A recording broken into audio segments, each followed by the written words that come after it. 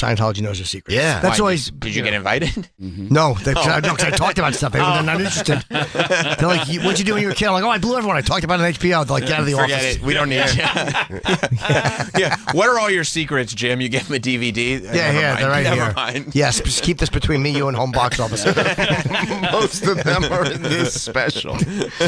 Brilliant to keep people trapped in there. It's Yeah. amazing. When you said you read the book, was it Dianetics? Is that what you're talking about? Yeah. You read Dianetics? I got it. I remember the commercials for that were so they were so good. The advertising for Dianetics, it made, like, they would take this brilliant little quote, and you're like, "Fuck, this guy's great." Yeah. So you said Alex Jones is brilliant because he could talk so much. Does L. Ron Hubbard get brilliance because he's such a prolific writer, even though most of his writing was terrible?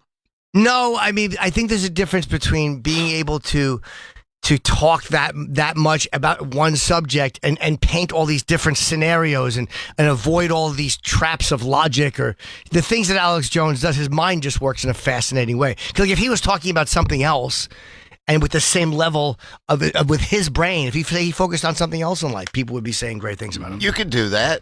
Okay, just go. Go 2 minutes. I'm going to give you a subject. Just talk about it. Here we go. Bigamy. Sure was. Nailed it. That was very good. This guy's quick. This guy is lightning fast. That's the difference. Is he doesn't need 2 minutes to come. He's to got the it done. subject. Yeah. He does it like that. Yeah. You know what they say about comedy? What? The thing that they say. Yes. Can your state of mind make you? Can words said during an operation harm you later? Page 182. I want to see that. Oh, they just. Is it possible to increase intelligence? Page 122. Yeah. No, it isn't. Can I fuck these kids? Page 133. Dianetics. Or wherever paperbacks are sold. Yeah. A fresh look at today's problems. I mean, it roped you in. It Didn't really did. It had great. It was very compelling. Yeah. John Travolta was so good. It was, yeah. Him, At Tom the- Cruise. I mean, that's all you need. Who were He's the still chicks? great. He's still great, by the way. Have you ever seen him in the Fred Durst directed Yeah. movie The fan. The Fanatic? It'd be so funny to do voiceover for this. Just go John Travolta, Yeah. Fred Durst. Oh, John Travolta fucked me. John Travolta fucked me too. Is it the fan? The Fanatic. Fanatic. Yeah, the fanatic. Where he made this character choice that I just questioned. Throw up in my mouth. I had to taste his balls. Fred Durst directed a movie called The Fanatic, starring You don't meet with Harvey Weinstein one more time. starring John Travolta. You stupid. Yeah. Boy. That's Oh. him. Kanye getting a Hummer on a boat. Oh, yeah. Good for him. Good for him. I respect. That's the only thing he's done in the last 5 years that I like. Yeah. Get blown in a boat on that smelly water. And the poor guy operating the boat said he had no idea that was going on. Yeah, right. Yeah. He watched. Kanye paid extra, tipped him. Yeah, look that way. Just look that way. You guys fucking in public? Yeah, I don't Yeah. like that. No, Why? my dick sucks. It just panics. I like it. What if you go into a Yeah, but that's taste based. hidden bathroom? What? Hidden Yeah. bathroom. Oh, maybe, but I'm not big on public stuff or. Yeah. You do that? I like back. privacy. Yeah, I'm I'm not doing people public. around. Nice. I do Still? public. People, Yeah. I can't do it. Public's the best because then my wife doesn't have to come. She just wants to get it done real Oh, quick. So you just get yeah, the- yeah, It's that's a real nice. good, just like, oh, and then you go. Back So to what are you in, like bathrooms? bathrooms. Nice. Done stand-up New York so far. No Did way. A few weddings, yeah. At the bathrooms downstairs? At Yeah, Stand New York? bathroom downstairs. We're going to do the stand this Well, that's weekend. nice. It's my birthday. Yeah, if Happy you guys want to birthday. come. You're going to fuck at the stand? Yeah, in the bathroom. There's a nice one upstairs. How do you pull How that much off? are tickets for this? It's like, you don't get to watch the fucking, but But what if Sure. I follow? If I'm like, $30 if you and weekend your shows. wife go to the bathroom and I'm like, oh, I gotta go too, and I just follow you guys in, then I yeah, can watch. You come if you want. I'd be fine. I would be fine with you watching. And I've tried to have sex several times with other people watching. Mhm. It's failed a couple times. Like I tried to shoot a porn with some buddies at the Laugh Shop in Calgary, Oh, and they were videotaping it, and I was like, "All right, this isn't gonna work. You guys gotta go." Who are you fucking? Just an audience member? Yeah, a girl I met at a Mexican restaurant. She came to a show. So this is the first time you're hanging out with her, and now you're going to try to fuck her on I camera. go, "You want to go back to the room and fuck, and we'll tape it?" And she goes, "Sure." And then we went. It's Calgary, Alberta. People got Heart fun. Country. Yeah, it's Oh, fun. they have the Stampede. Yeah, Stampede. Stampede is out of control. Yeah. The Stampede, they have it's every year. It's the big rodeo thing every summer. I know about Calgary Stampede, best in your house ever. And they there's a country bar near the grounds where they will check your wedding ring, and they have spray tan to cover up the tan line. That's for sick. for the wedding ring. Yeah. That's sick. People fuck People fucking Calgary. in Calgary. It's a good fuck town. That's probably why Brett has so many siblings. Yeah. There's so many kids in the Hart family. Yeah. And they're all Albertians. That's why they called him the Hitman. He hits it. Yeah. Raw dog. Yeah. That's awesome. You could sell the fuck session for like a platinum package this weekend. You could come to the stand. He's got a platinum package. Yeah. See you, and then for an extra $100, Listen go to the us, Buck, bathroom. for an extra. Yeah. Listen or watch. I would say listen. Or you can Just look, like you'll or how watch. about this? For extra $250, you hand them those things that they use to look under cars before they pull into a garage, and they can do it under the stall. One of those mirrors. Yeah, those metal detector One of those things with a bomb-checking mirror on the mirrors. end. Yeah. Do those at the Mexican border, don't Yeah, they do. Yeah, you ever watch that show To Catch a Smuggler? No. It's so good, but they show them in the San Diego. There's 500 cars in line. These guys just walking back and forth, looking under the cars with these Yeah. mirrors. Yeah, it's like a dental mirror, but for your car. Yeah. Great. Man, I'd love to smuggle stuff. You ever smuggle anything? Never. You? Yeah. No. Yeah. Fingernails. I brought cocaine down to where did we go? Mazatlan. I had a couple senior. I never finished high school, but I got to go on a couple senior trips, and I remember bringing coke. I think like close to a quarter ounce. Jesus. Down This guy, to huh? International drug smuggler. yeah, stupid, not very smart, not smart. Almost a quarter ounce of coke to where? Down to Mazatlan, thinking I'll Where's sell. Mazatlan? Mazatlan's in Mexico. You know they have it there. I thought I would sell the coke. That's where it comes from. I thought I would sell the coke, and then At a premium? In Mexico? Go to to Mexico other- and sell coke. I would sell some of the coke, make some money, so I could like be able to afford the trip more. That was That's like buying stuff at a Wow. store and going to the wholesale district and trying to sell it at a profit. Yeah. Yeah, and then you have to deal with the cartels. no. It's other kids. It's other like seniors Oh. on a high school trip. Oh, all right, that makes No, sense. Yeah, I'm gonna That sell it makes to the other more- seniors. Oh. And I thought he meant to the local Mexicans. No. That's No, a terrible to sell idea. it to other seniors. Hola, Yeah. ¿Dónde está el Diablo Blanco? Yeah. I went to Sinaloa with a bag of coke, and I figured I'd make millions. Did you sell it? Yeah, I sold most of it, and then and now I'm remembering I also brought an 8-ball over the Canadian border, which was stupid. Yeah, I went to a Marilyn Manson concert in the mid '90s. Friend of mine who That's was a good time to go. friend of mine who was the tour manager for Marilyn Manson said, "Hey, can you do me a favor? I'm going to give you a stack of passes. Can you hand this out to hot women?" And I remember his one qualification was no goth women. The band hates goth chicks. Nice. All blondes. Just give these out to blonde women. Yeah. So went through the arena handing out passes. Some guy walked up and said, "Hey, can I get a pass?" I was like, I'm only handing these out to women. Sorry, buddy. And he goes, "I'll give you an 8-ball." I was like, how many passes do you want? Like, I don't know, give me 4. Yeah. Went up to the parking lot, gave me the 8-ball. And like an idiot, I felt like I have to take this with me back over the border, back to Seattle. And Souvenir. I brought it with me back over to Seattle. And we got pulled over, by the way, at the border. The agent said, whatever the questions are, where are you from? What's your citizenship? Where are you from? And she said, and I had the coke underneath my crotch when I drove over the border with my buddy Jason in the car. In your pants, right? Under your balls? Not in my pants, but underneath, like I was sitting on it. That's crazy. 'cause It's you have to stupid. Get, yeah. It's stupid. If you have I to was- get out of the car, it's like... and the Yeah. woman said, she goes, what were you doing in Canada? I said, I went to a Marilyn Manson concert. And she goes, all right, why don't you get out of the car for a second? I just want to check your trunk. And I said, all right. And I popped the trunk and I put the coke in my hand and walked to the back, looked at the trunk. She's like, all right, you're good to go. Got back in the car. Dumbest fucking thing I've ever done. What about this coke? Yeah. Is this okay? Yeah. Literally had it in my hand talking to a border Yeah, agent. talk about the dope show. Yeah. That was a good one. I mean, really. That was a good one. That was a good one. Bigamy.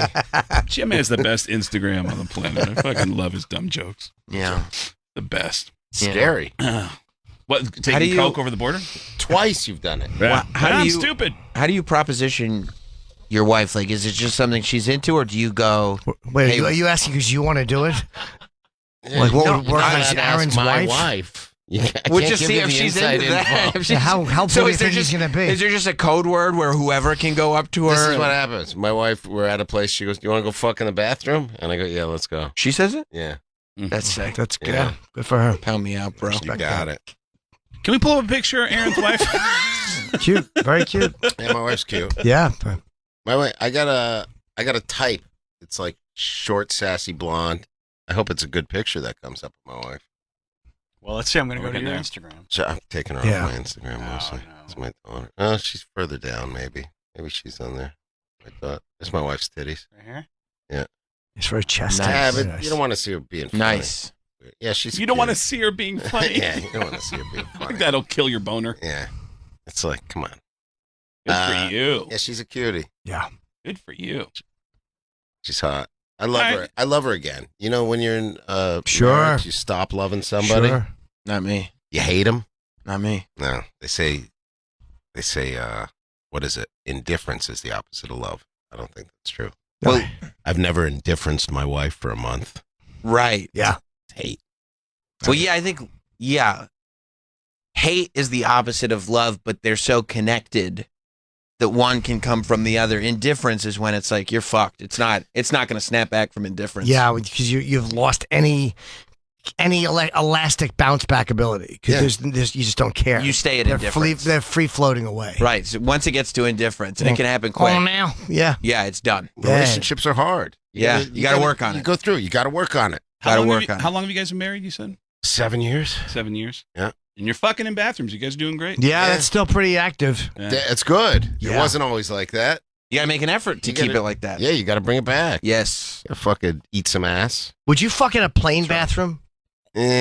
No. Yeah. Unless it was like a nice first class plane bathroom. They're Not the one of same those- as the coach bathroom. Are they? Except for the scum using it. Yeah, that's I get that. But sometimes, you know, when the scum from the back comes up and you're in first class and you're like, the fuck is this guy I doing? literally think air marshals should shoot people. For that. Me too. They told you not to come up to this When you one. see that curtain and you see some lump walking through, Ugh. if I heard a gunshot and Yeah. they just dragged him back, Or just I'd be- put an electric fence right where the cutoff is. You're so not just wrong. as soon as you step on it, yeah. Let me ask you this. What about if you were on like a Virgin flight, like one of the first class Virgin? Maybe they have nicer bathrooms. It's more the panic of being with people right outside the door. I couldn't do it. yeah, but he likes I do it. public. Yeah, I'll hear if you someone like try public, and come I in. guess.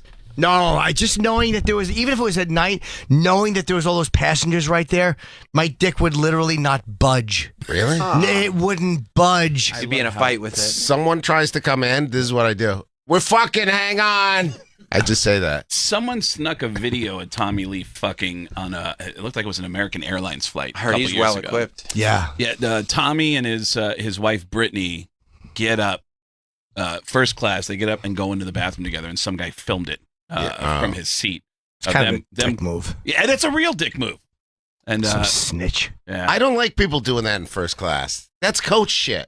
Right. Don't that's film right. us up here. That's right. That's coach. You're a We're celebrity. there. People probably film you all the time when you're on the plane. He's pointing at Travis. yeah, first class is the upper echelon. Yes, he thought. It's dirty. People shouldn't be doing that. All my dates are up. The big ones that you got to see. I'm going to be in Morris Plains. You're going to love that. It's a local Jersey thing. Real soon. Next April. You want? All my dates are at aaronberg.com. Check out Street Famous NYC. It's on Patreon and YouTube. And if I get 11 more patrons, I'm getting a Street Famous NYC tattoo on my chest. Nice. Sign up now. Let's get him. Please Where do. on your chest? Like on one It'll of the. be the left pack. Nice. Yeah. Yeah, do it. Sign up today. I'll bet we can get him. You can get. How much does it cost? It's $5. Come on, 11 of you 11 a year. $55. can't put up $5. Yeah. Let's get him to get that dumb tattoo. Patreon.com/Street Famous NYC. I'm going to get a tattoo. I can't wait to see it. Yeah. Craig Gass.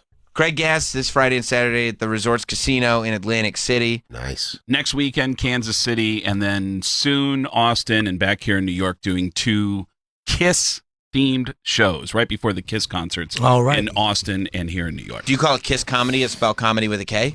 That's actually been done a couple times before. When I perform with sick. Kiss on the Kiss cruise, I just do an hour about Kiss material. I was in Detroit Rock City. Can I be on these shows? In the movie? Yes. I No played the way. bartender. Absolutely. That All movie rules. All right. It's done. Put the I deal love it. together. Done deal. Thanks. Wednesday, Fat Black Pussycat, 1 hour, September 28th, Toronto. Thanks a lot, guys. I love both of you guys. And Thank can you. See go you tomorrow. to, Yeah. Not Sam's merch. Yeah. Yes. You can go to notsamshirts.com for the new Not Sam Wrestling merch line. By the way, your muscles would look so good in a Not Sam Wrestling shirt, long sleeve, crew neck, hoodie. I'm going to get. Even with the shades on. You have a V-neck? We can make it a V-neck. I'd love a V-neck or a tank We top. cut them I'll into get a muscle hoodie. tees. Yeah, Get me one. Send me one. I'm in. you're in. I love it. So you want to? Actually, there was something we wanted to talk Quick about picture. before we Righto. took off. Bye-bye. Who do the Cowboys have next week? I'm gonna have to rack my brain for a minute. It's a local team. It is. They play at MetLife. Bye-bye. But the game's in Texas. You guys want to talk about something topical? Something in the news? or Just something? take a picture. What kind, Yeah. What kind of picture? Take a picture. Here. Well, you'd have to wait. You'd have to turn the lights on to take because otherwise the lighting will be all off and you guys talk. and. Let me go. Travis just got to get in the right position here. Yeah, yeah. Travis just getting in the right position. It's weird. Jim is standing. Yeah. I'm not getting any closer. Jim is. Jim wants to get the fuck Yeah, out. Jim. What do you have plans? You got someplace to be or?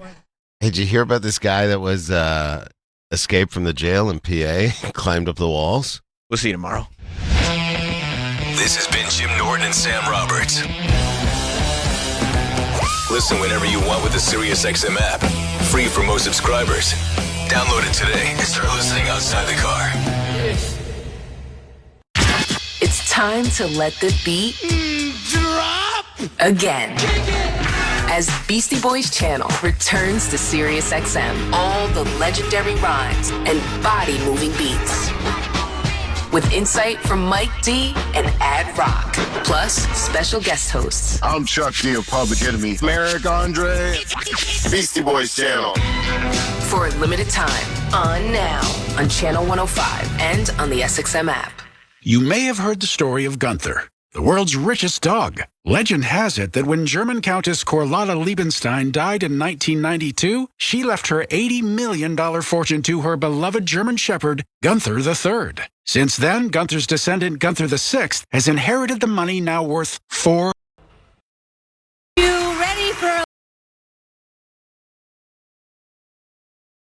When you're hungry. He should have had the Snickers before going to work. That's actually, I never thought of it that way, but that's good Then he could commentary. crash while he's painting. He could have his sugar fucking letdown.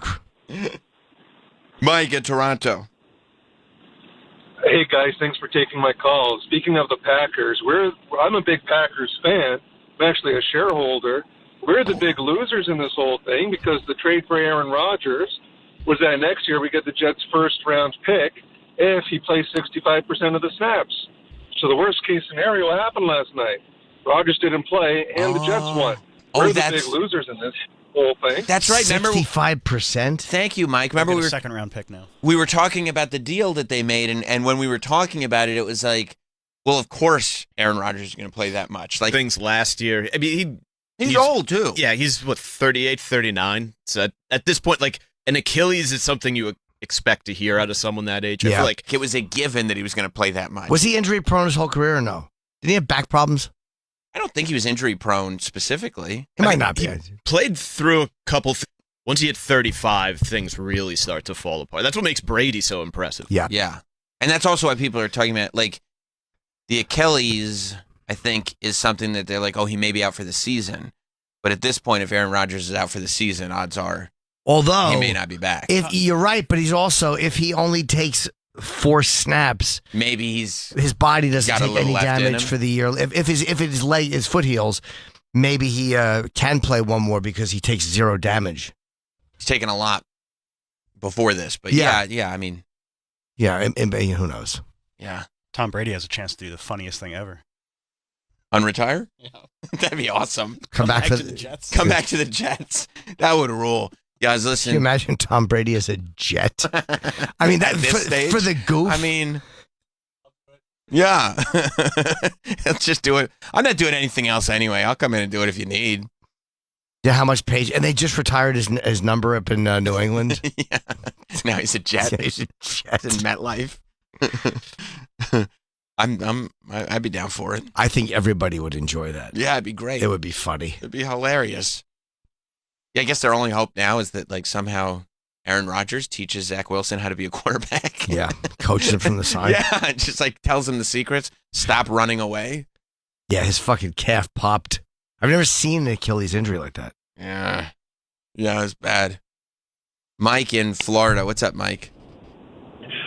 It's definitely that shit turf that these NFL owners insist on using because it's cheaper and easier to do everything else with turf than grass. But there's actually world-famous soccer players who have it in their contract that they will not play on turf because it's that horrible for your knees and your ankles. Oh, wow. So what for them to do grass, what do they have to do differently? Is it just like little blocks of sod that they have to pull in and out every week and it's just harder to maintain? It's harder to maintain. Plus, in the colder environments, obviously, it's a bigger shit show, even though they figured it out in Lambeau. But these, like, multi-use facilities, when they want to have a concert in there, it's a lot harder to roll in concert material or, like, trucks and platforms on soggy grass than it is on artificial turf. So it's really just, it's not for the cost of grass. It's for how much it would affect all the other things they're doing in these stadiums. Yeah, I remember, like, thank you, buddy, going to Jerry's World in Dallas and seeing backstage, like getting to go backstage and just seeing that they have these giant racks right in the back. I call it backstage because it's WrestleMania. Yeah. And they have these giant racks and you just see the turf and it's just rolled up. It's like giant rugs that are marked by what part Where of the they field go, this is. yeah, yeah. And you just, I mean, you can't, they're giant. You need a machine, obviously, but like, yeah, they just roll it up, put it in its slots, and then they can bring it out and do it in no time. Oh, yeah. Yeah, I guess a lot of players hate it. Yeah, I do keep hearing that. Is that what they put, Mike, the little black, I love those little black pellets. If they want to see what are those little pieces of rubber? If they want to see your inbounds, out of bounds, where your foot landed? Yeah, I mean, I don't think that's what those are for. I think they're just to pad everything out. But yeah, I think I've also heard a lot of parents worrying that shit gives their kids cancer, so I have no idea what. Oh, no. But that's on the artificial turf, obviously. Yeah. I love all these parents worried about their kids getting cancer in the most concussion-prone sport imaginable. Yeah. There was a huge argument in the town that I grew up in like the town Facebook group. People were getting like violent over the installation of field turf because they were worried about cancer. Right, not CTE. Matt in Michigan. What's up, Matt? Oh yeah, hang on, Matt. Real Watching quick. them do it. Yeah, is it Dallas? Yeah, that's they They're just replacing the turf. pull out the rolls. Oh yeah, there's a giant machine. Right, But Yeah, there's a 'cause the guy rolls are driving it. huge. He's just backing it up. Right. Well, otherwise it wouldn't move if there was nobody driving it. No, but I thought it might be an automatic machine. Oh, It was like a fucking plow. Yeah. Oh yeah, for sure. What's up, Matt? Matt in Michigan? Yes. Hey, what's up, guys? Hello. Hey, man. While you were talking about football, I thought I'd mention, I don't know if you guys heard about our coach at Michigan State, Mel Tucker, and the drama he's involved in. Is he the guy that was didn't- having the phone call? I don't want to bring up Michigan State. Well, Sam, I've heard you shout out Michigan State in the past. I appreciate that. Yeah. Yeah, this is not... Apparently, they hired a lady to talk to the team about sexual assault. And Hadn't she been assaulted by like a football team or something? Or football players? in the past. Yes, now she's an advocate, and Michigan State hired her to talk to the team, and Mel Tucker apparently developed a relationship with her, and now she's saying that he admitted to, or I guess he has admitted to, masturbating on the phone while talking to her. Oh, Jesus Christ. Sending her First of gifts. all, how loud do you jerk off? I think he just said that he was. Yeah, I did that. What? Why? I mean, how do you can't prove someone, just say no. Maybe somebody like he saw told it. her. Oh, I'm jerking off? Oh, he was trying to be And sexy. he's already admitted that he did masturbate. No, I know. But I'm like, why? How did he get caught? But I guess he told her because he thought she would dig it. Yeah. Sure. Yeah, and I guess the school has known about it for months, and it's a big mess down here. Oh, okay. Michigan Yeah, I State. had the same problem here. I don't want to get into it, but Yeah, well, I had to have you stop calling me. couldn't stop jerking off. But I wasn't. Hear what you guys thought about it? It wasn't directed towards Sam. Thank you, I Matt. just kept talking about what McClure was wearing that day. Did you see him in those long, flat shoes? I bet you they're size 15s. Oh. Yeah, so I guess he's in Dutch. Yeah, Michigan State don't need that. No, that's a...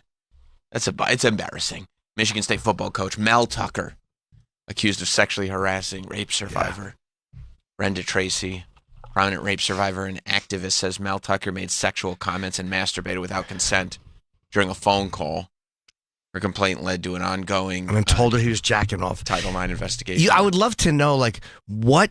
I mean, why would you happened where you thought, like, how did you misread the vibe? We've all misread a vibe. How did you misread that vibe? Like, what was she saying that you're like, oh, this is what she wants me to? Unless he got so charged up that he just completely 100%. lost track of where he was. Yeah. I thought you said Spider, I'm all right. No, I thought you said.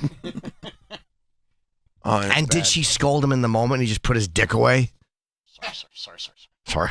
I was only kidding. Yeah. That is one of those things that when you realize you've made a wrong turn. Right. How does it happen? I mean, it's catastrophic. Yeah. You just did it to an activist. Yeah. Oh. And you're at work. You're at work. This person's going to tell people for sure. Oh, boy. It's 100%. Are you masturbating? What? Oh. Or you say it and they go, what? And then you can't unsay it? No, I'm kidding. I mean, imagine if somebody did say that, though. That'd be bad. No. Hey, somebody calls him. Did you say this to her? No. Why? What did she say?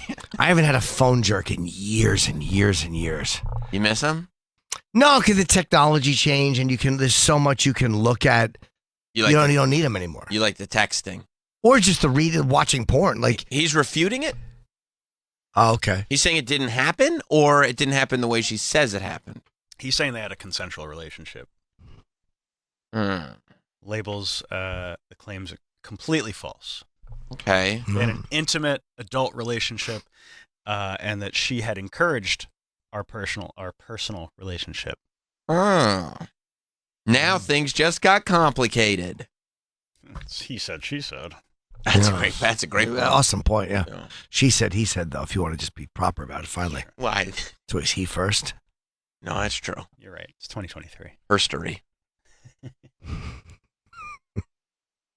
Yeah, if they always show bad pictures of coaches when they're in trouble, of them glaring at the field. Well, yeah, it looks like they find a picture of him glaring because it looks like he just read the headline. But they always find a picture where it looks like it goes with the story. Right. Like here, he's just about to yell, bitch, I'm jerking off. And he's just staring aggressively. This is a picture of him upset that we're talking about him masturbating without consent. It really is like a They always do that when they show these. Don't talk about that. Yeah, coach shows penis to reporter, and it's him screaming on the sidelines. That's what he looked like when he showed the penis? My God, why is he so mad? Why there's all those people not saying anything? She's like, that's weird that you would show me that penis. Yeah, that's one of those ones where Why are you doing that? Yeah, hey, that wasn't the tone here. Hey, that's odd. Yeah. He says she initiated the discussion that night, sent me a provocative picture of the two of us together, suggested what she may look like without clothes, and never once during the 36 minutes did she object in any manner, much less hang up the phone. Okay, well, number That's one. what he said. I mean, honestly, when you're on the phone, if someone's jerking you off, you can just hang it up. I mean, there is a thing where you can just click the end of the conversation button. Yeah, but you're not supposed to jerk off with your coworkers on the phone. No, but if they were having a thing, if they didn't, they didn't. But if what he's saying is the truth, here's what you need to find out. Show me the phone bill that shows 36 minutes on the sure, phone. there you go. And I know you don't want to show me, but now I want to see. Hit me with that photo. Hit the photo. Let me see that photo. You say there's a photo.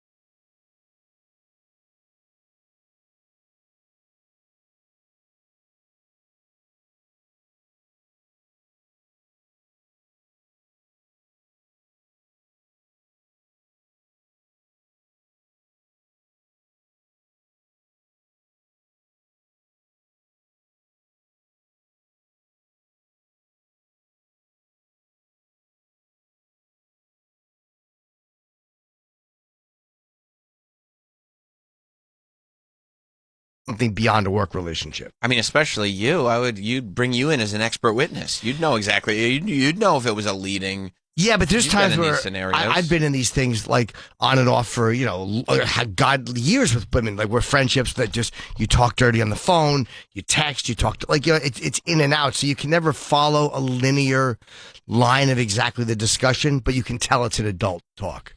Dirty. Joe in D.C. Hey, boys. Hi, Joe.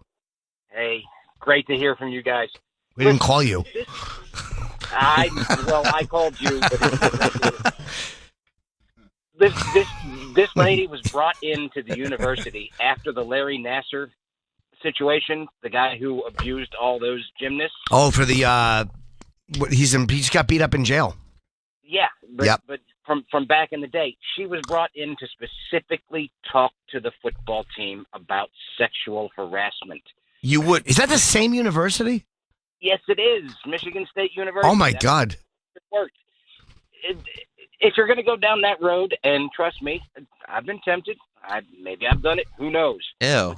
Don't pick the person who is going in to talk about sexual harassment. You got to really know. Like, it's got have to be to like, know, yeah, you should be dating. You should be in a relationship to go. Because otherwise, if you're just like, no, I was picking up a vibe. Like, no. Or she better No. have sent you a picture that's more than just could be interpreted as provocative, but was actually silly. We're going to dinner and drinks. Here's a photo. Here, not just, hey, guess what I'm doing? She better have sent you a picture of her twat. And then you can go, For all lack right, of a see? better term. Yeah, but a puss. You can call it puss. Yeah. Mel Tucker is also married. So I don't give a shit. Oh, no. Terrible man. Who cares? Well, it does. I don't care if he's married, cheating. Career is over.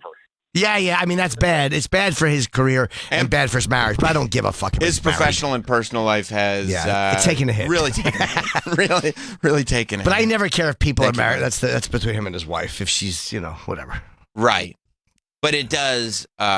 It's bad judgment. It's but bad judgment, and it cares? also leads to now one step further that you kind of have a burden of proof one more person has to explain this shit to. and explain that this was you're trying to say it was consensual. Yeah, if that's what you're saying. Yeah. Right now you have more. You have to do more to prove that because, dude, she just decided this. Then again, if they talked and then the next morning or immediately after she filed a complaint, that kind of goes towards she's telling the truth completely, because if you're in a consensual thing and you have this dirty relationship and you have like phone sex, the next day you don't just call and go, hey! Right. It'll be interesting. I'll be watching. You'll be listening. Well, I'll be just keeping all my senses on everything. I'll be trying to sniff this thing out. You'll be jerking. I don't know if I'm going to be doing that. Have you ever had a good phone jerk? Yeah, back in the day. Back in the day, I right? couldn't tell you the last time I did it. I can't either. It's But been back years. in the day, you were like legendary with your run, right? As far as jerking off on the phone? No, just in general, your sexual prowess. That's fine. I've heard others. I've heard it was far beyond fine. All right. Like, I got an award for it. It's upstairs. what was the award? Was it? It's the Magic Johnson Award. I can't remember. Yeah, no, I've heard you. Participation or something. The run that you were on was a legendary one. I heard it was one for the ages. That's what I heard. I don't know. Okay. Those times it passed. But not inaccurate. It happened. We can move on. Not me. Have you ever had a phone jerk, Travis? No, I don't think so. Sam? I've been on the phone with a jerk. You were last night. But have you ever... No, I never did the phone jerk off thing. Montone? No. Keep in mind, too, like... You guys were different generations. Different generation, right. Where you had the access to text and pictures, we didn't have that. But I'm sure you have, no?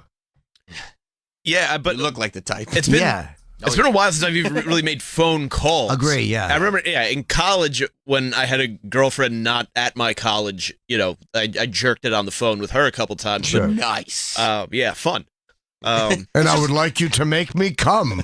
But I feel like now it's more common to do like dirty texting and Agreed. maybe a tongue. Yeah, You get, like definitely. a picture or something like that. Yeah. It's easier. Or FaceTime. FaceTime. I never liked FaceTime jerks. I think Why? you can get a real good visual. I've done it. Oh yeah. I don't want somebody screen grabbing me face. Like I've sent a lot of pictures of my dick, Trust but me, they never don't- face and dick. They don't want to save it. You don't have to worry about it. Honestly, it's a rough road. Yeah. Going from dick to face. Dick is fine. Face is average. What's in between is just not a good sight.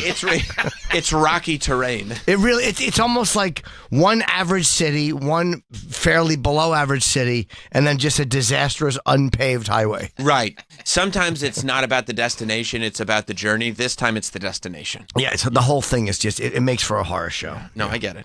I got it. Yeah. If I was in great shape, I would have gotten a lot more fucking jam sending full face, body, and dick photos, but I just don't have faith in my body or face. I get that. Or in my dick even, but from a certain angle. Right. Right. Lighting. Yeah, a shadow that I stretched out. Sure. Give the illusion. Right. Dim. Yeah. Candle lit. Next to a little train set. Looks giant. Little tiny trees and everything. Yeah. That guy's cock is huge. Oh my God. It looks like Size of a train. Godzilla. Ari in Israel. What's up? Hi, Ari. Hey guys, how you doing? Hey, buddy. This whole Michigan State thing reminds me of when Doug Bell called up Zia at 3 a.m. Like, hey, if you ever need a friend to talk or anything like that. Yeah. I mean, for those, thank you, Ari. I'm glad you That's called cool. in. Thank you. Because You like, don't care about her. for those that haven't seen the Doug Bell Calls Zia at 3 o'clock in the morning podcast, it is one of the most uncomfortable pieces of content that exists on the internet. Thank you. Like, it is such a character study. Wasn't she great in that too? Incredible. She was great. She's trying to be nice. Yeah. Well, it was because I woke up, I was thinking about you, and I just realized if you don't have a lot of friends to talk to. I saw you're doing that OnlyFans thing. You shouldn't be doing that. You should be sending those photos to a friend. yeah, it's just someone who cares about you. Oh God.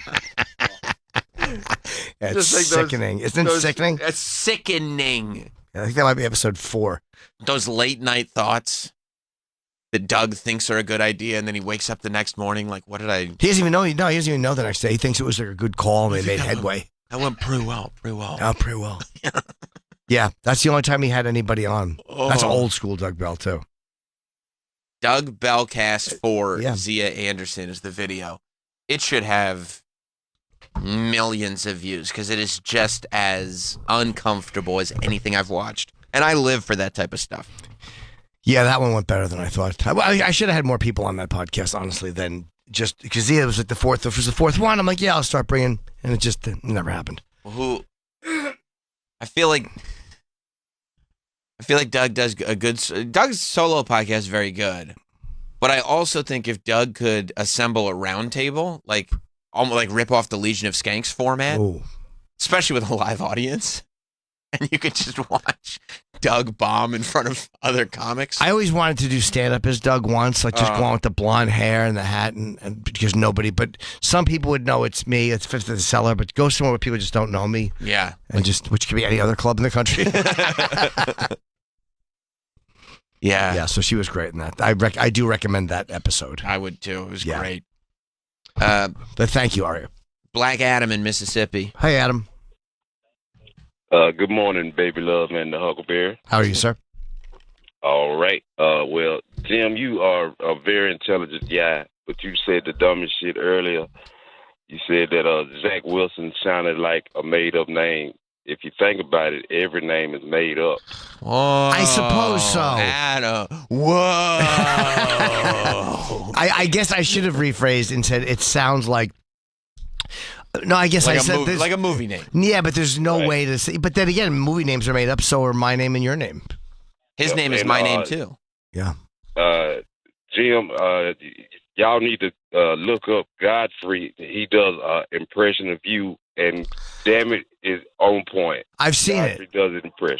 Thank you, Adam. I've seen that. I actually bumped into Godfrey going to. I think I was coming from my therapist and walking to the Cellar one night, and he was in a coffee place. We stopped and chatted, and I don't know if I think I told him how much I enjoyed that. Yeah, and may I say something about Troy? Sure. Yeah. Okay, New York Troy, he's a dick. Oh, that's right. Right. Yeah. Florida Troy, I love him. He's happy. And Swifty Troy, a fucking sissy. Okay. Yeah, hey, y'all have a blessed day. You did. Thanks, Adam. We do, Dick. Thank you very much, Black Adam. Yes.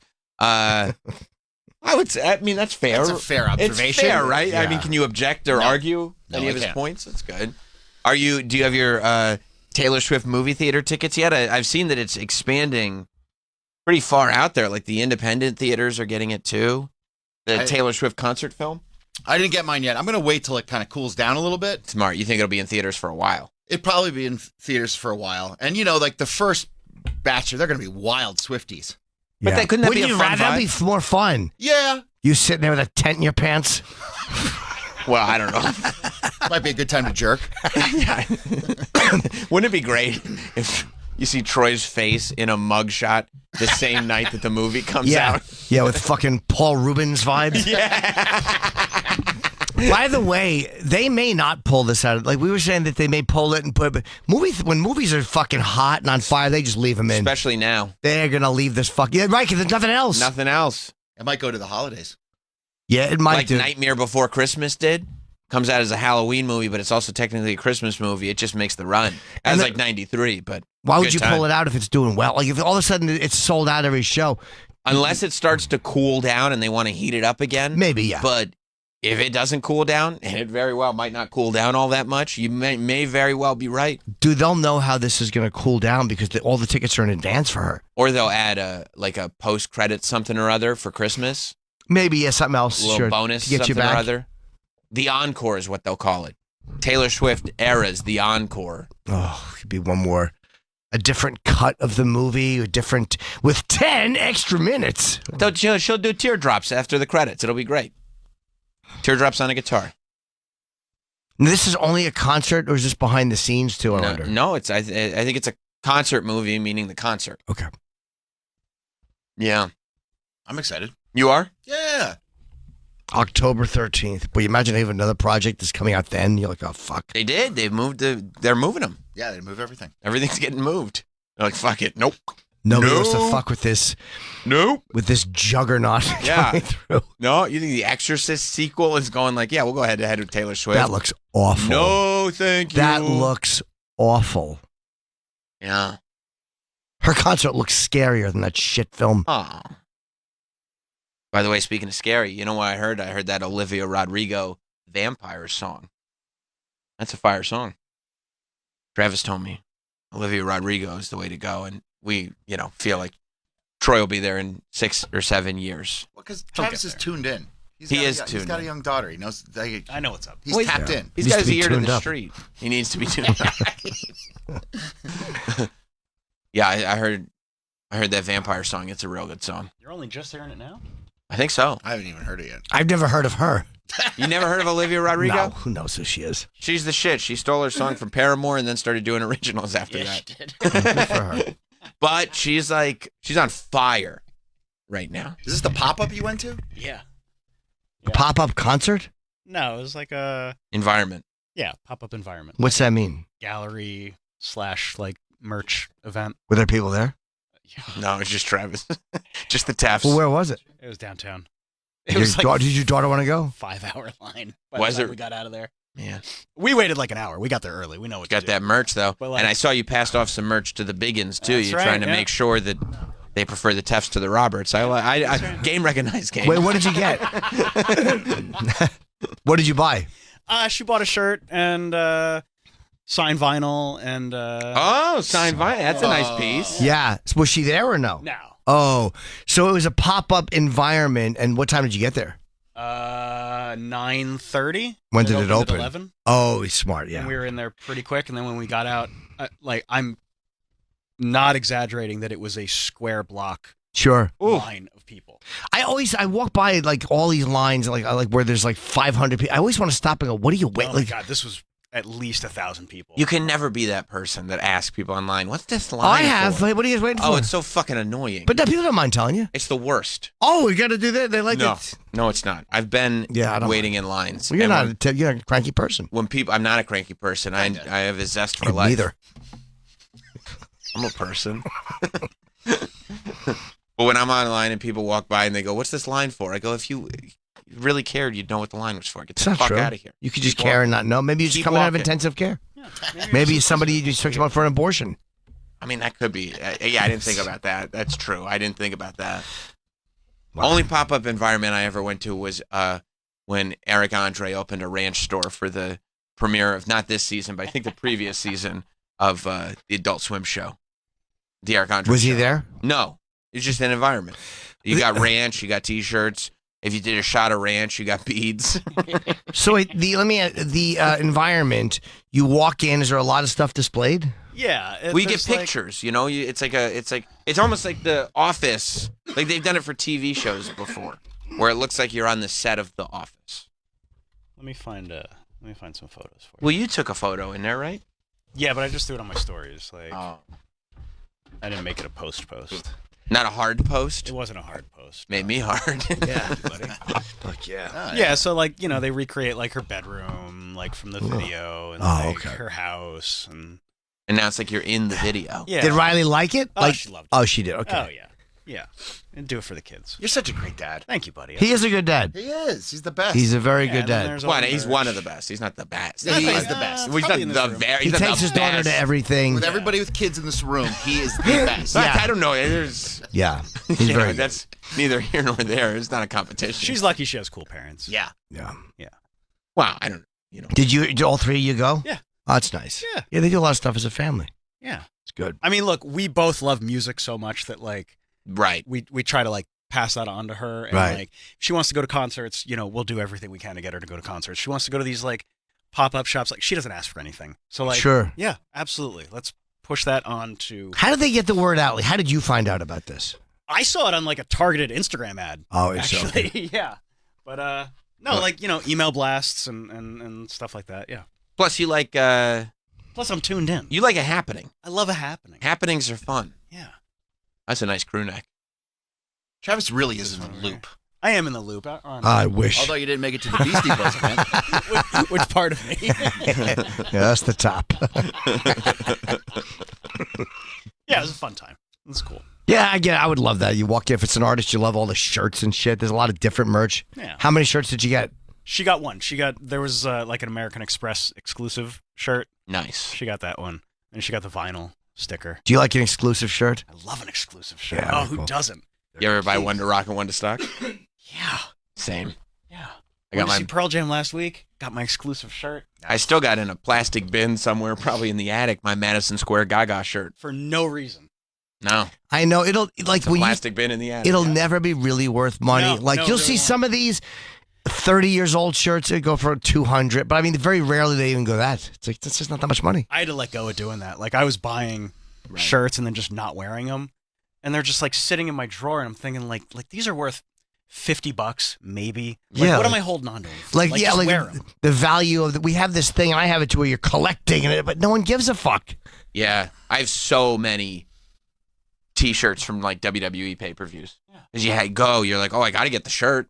And then it's like, for what? I mean, a year from now, am I going to walk around in my Roman Reigns versus Jey Uso shirt? eBay took a little of the specialness away, even though it opened up collecting to everybody you could get it, but it also showed you how available so much stuff is, and it also showed you that a lot of times it's not as pricey as you thought it would be. No, that's true, but also have opened up the collector market to make everything collectible. Yeah, that's true. Like the vintage T-shirt thing is actually huge. It's really, Yep. if you look at people buying vintage shirts, there's probably more encouragement. But are they to old, are save they that vintage or like are they ones from the last few years? Like vintage stuff. Well, you got to save it until it's vintage.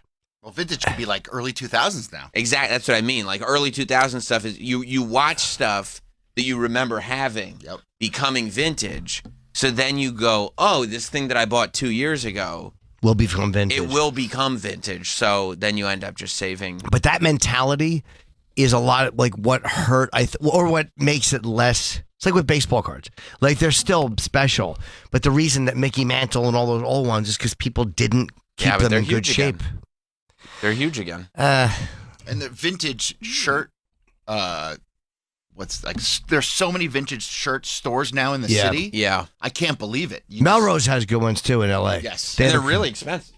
Yeah. Yeah. Hundreds of dollars for. And especially like you'll see like a fucking 90s, like whatever, a band shirt from the 90s, like a Soundgarden shirt, an original Soundgarden shirt. And it's like $200, $300. You're like, what? Or like stuff from parking lots, bootleg shirts. Like the original parking lot bootlegs. Those were great. Yeah. Those were great. They were always a little off. They're the best. I still buy them when I go to shows. Yeah. They're awesome. But like if you can get a parking lot bootleg of OJ that they were selling outside the trial, like the Juice is Loose, those go for tons of money. Yeah, it's 30 years old though. Wait, 04, 14. No, it's almost 27 years. Yeah, almost 30. Wow. Crazy, right? Fucking crazy. Do you remember exactly where you were when that white Bronco was driving down the road? Yeah. Yeah. Wild. I was on the top of the freeway waving at him. Go, OJ, go! Today's the big merger day. We're in business together.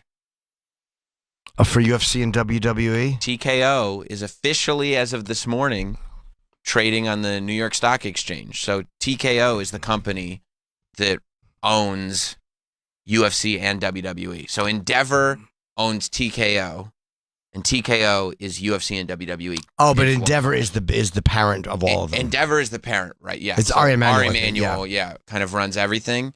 But TKO is run as a separate company with its own board. Whoa. Traded separately. Who the fuck is going to fit those titles? Wow. UFC. That's cool. You should go down to Wall Street. I know, I should. That's nuts. The idea that those two properties are together on Wall Street right now. There's a giant WWE Universal, undisputed Universal Championship title and some UFC belt. And but they're right next to each other. Sure. Those IPs just combined. That's a powerful organization now. And those and the guys and the fighters and the wrestlers, I think they, for most cases, really like each other. And there's a crossover. Like, I love that CM Punk tried UFC and actually went and fought. And I love guys like Rondo and Kane went over. I love when they cross over and they just go and do the other thing. I think there'll probably be, if there's going to be any crossover, it'll probably be a lot more UFC to WWE than the other way, just because. Sure. Yeah, it's harder to train to fight when you're an adult. It's becoming one of those disciplines that, like any other sport, you really got to start when you're young. Yeah, like when you're a by kid. the time they're 11, they're fucking, the blue belt. Yes. Yeah, but it's just, it's incredible to see what both of those organizations have become. So I had stock in, was it UFC or was it, might have been Endeavor. Endeavor still exists. Okay. You like, TKO is a new company.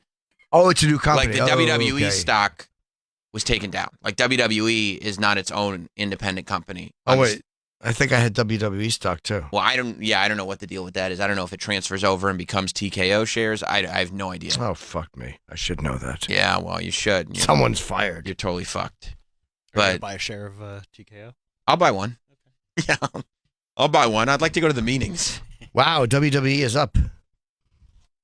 $100 a share. Yeah. Oh, yeah. Yeah, WWE's doing well. But is it WWE's not it's TKO, right? Still showing up. I don't know. Maybe it's still. No, because it's being transferred over. TKO is the company now. But it's showing as $100. Maybe that is going to become TKO. I have no idea. The market's not. Or maybe the market's just. Maybe they don't change the name. No, they will. It's a TKO. That's why it's 3 letters. But WWE, you're saying it'll go under TKO stock, yeah. Yeah, TKO is the company. Market opens at 9:30, right? So the market. But that would have changed already, the name. They wouldn't wait till the market opens to change the name. Like if it was going to change the name of the stock, it would have probably happened already. I don't think so, no. Why? Because the merger's just getting approved today. Like this is all just becoming finalized now. So it hasn't taken place yet. Right. Okay. I should find out what's going to happen with this. Yeah. Let's see. Yeah, they said like Monday's Raw was the last Raw that WWE will be an organization completely run by McMahon. which is like wild to think about. Like that company's been around since Vince's dad, just run by a McMahon. Do you think he has it in the deal where he cannot just be thrown out? Well, he's on the board. I don't think he's going to be thrown out. I don't think. No, because you don't have these companies where they come in and. Yeah, I don't think they would throw him out anyway. But I do think that he'll probably just be on the board. He's still the executive chair at WWE. Yes. And executive chair at TKO Group Holdings. Yeah. Oh, he's the executive. 16% ownership stake in TKO. Right. Like he's got a very high-ranking position at TKO. So he owns part of UFC. If he's got a well, he owns the company piece of TKO, yeah. Yeah. Like yeah. If it's one company, right? Yeah. So if you own the parent you company. can't just own one or the other. Right. You own TKO. It's yeah. Yeah, I do. But I mean, the only thing that sucks is you know how mergers work. I'm sure that they're going to start, looking for ways that they can streamline everything. Looking for ways where you can do PR for WWE Exactly. and UFC. You can Exactly. do this. Maybe, yeah. And they will. They might, yeah. Yeah. I mean, they can't run the same spots. Like they can't run for the same crowds. That's something they can't do. Like you'd never go to like one ticket that's UFC and WWE. It's two separate fan bases. Like UFC fans aren't going to a WWE show. WWE fans probably won't go to UFC. I don't know. I bet you there's more crossover than you think, but it has to be. You just have to hope that there's crossover. But I think a lot of the people there's not that like much. both. I bet mean, you more UFC fans like WWE. UFC I think fans you'd be get surprised. annoyed by WWE. Some, but I mean, a lot of fighters love it. A lot of UFC fans, they don't like, predetermined fighting. Yeah, but there's still and like WWE fans are like, come on, bro. Where's the spectacle? Where's the stories? You look at Cormier, and there's so many. Well, those are fighters. That's I'm what talking I'm about the saying. fans. Like, yeah, the but fans don't. I don't know. I think that. I think that there's probably more than you think that crossover because it's combat. I mean, I know that one is real combat and one is story driven, but it's still. That's not been my experience with any fans. And if you look at UFC fans, the way they accepted Brock Lesnar because he started beating ass, but like UFC fans were not happy CM Punk was there. I don't know. I mean, I don't think they were as once they saw that he was really. They were happy about when what he got was beat. doing. But no, I think that they liked the fact that he was actually training. I mean, that was part of it too. He was like, I think one of the first ones to come over, and they're like, well, is this guy going to be any good? But I think people respected the fact that he was really training and really fighting and really doing it. I didn't speak to any MMA fans that felt that way. Oh, I did. I absolutely did. And he got a great reception. And when he fought, the fans were very cool to him when he fought. When he was Not the second time. Who did he fight the second time? I don't know, but it was I after don't remember his second fight. I remember the Mickey Gall fight. Yeah. When he got beat, and it was like, yeah, he's not supposed to be here. No, I thought the reception was decent. Brock's reception was very decent. Well, yeah, UFC fighters are Brock very well was- received when they go over to. Yeah, that for sure. Especially Ronda's Ronda, but I mean, did they like Cain Velasquez? for sure. Well, I mean, Kane didn't do that much. Kane had one match. Why did he only do one match? I think they were paying him a lot. He had one match, and then he was in their developmental system, and maybe he just wasn't clicking. Oh. And then the pandemic hit. Oh, Mike Jackson, that's right. So he got released at the beginning of the pandemic. So I think they just realized maybe he didn't want to wrestle in front of no people. Brock didn't wrestle during the pandemic. So maybe he didn't want to do that, or maybe they just were like, look, we can't make this investment right now because there's no live gate coming in. We got to change the business model entirely. So I also he really did come in just so Brock Lesnar could get his victory back in a wrestling ring, and then that was it. I also think people are so hungry for just consuming more and more. Like you see all these like Jake Paul fights with old UFC fighters. And at one point you would have thought like people didn't really want to, but now people are like, yeah, let's just see what Nate Diaz does in People a boxing like it. ring. Let's just watch it. Yeah, I kind of like. I Yeah. love seeing these fighters get a payday when they. I leave. hope so. I hope there's a larger appreciation Sure. for what goes on in the world of WWE, but I do think it's amazing to see both those companies like grow to this level. It's incredible. Yes, when you look at how they both started and how niche they were at one Yes. point, and the fact that like they're a giant media company now. It's awesome. Yeah, it is, especially with the arrogance of the NFL and the arrogance of Major League Baseball. I'm a football guy now, so I'm not going to insult the NFL. Yeah. Major League Baseball, I'm bored with. But the arrogance of these organizations, I love the fact too that UFC is what it is, and they all think Dana's a brash asshole. He is. Yeah, of course. But but it works. It works. Yeah. Yeah, and I think he would probably agree with that assessment 100%. Of course he would. I don't think he's ashamed of that. No, he tells people that fight sucked. Yeah. I like it when he does that. I do too. Yeah. Gives you credibility. Yes, exactly. You can trust him when he says this is going to be good. I think so. Because you know that he will tell you when it sucks. Mhm. Or when he's like, I didn't want this to go this way. He'll tell you. Yeah. Or when it's boring or whatever, he'll go, yeah, that was boring. Yeah. It's going to be a very interesting time for both organizations, for sure. But yeah, I wish I loved wrestling. I do. It's the fucking best, dude. Yeah, it's just not for me. We have all of our things. Yeah, it rules. So much fun. Yeah, wish I enjoyed it. Sean in Toronto. What's up, Sean? Hey guys, how you doing? Hello. Great.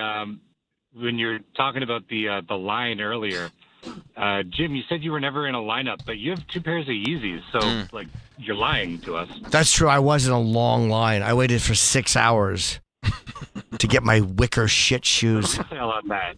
What's that? Did you end up reselling them? A friend of mine did. A very astute collector. Took my shoes and went to New Brunswick and received a small fortune for them.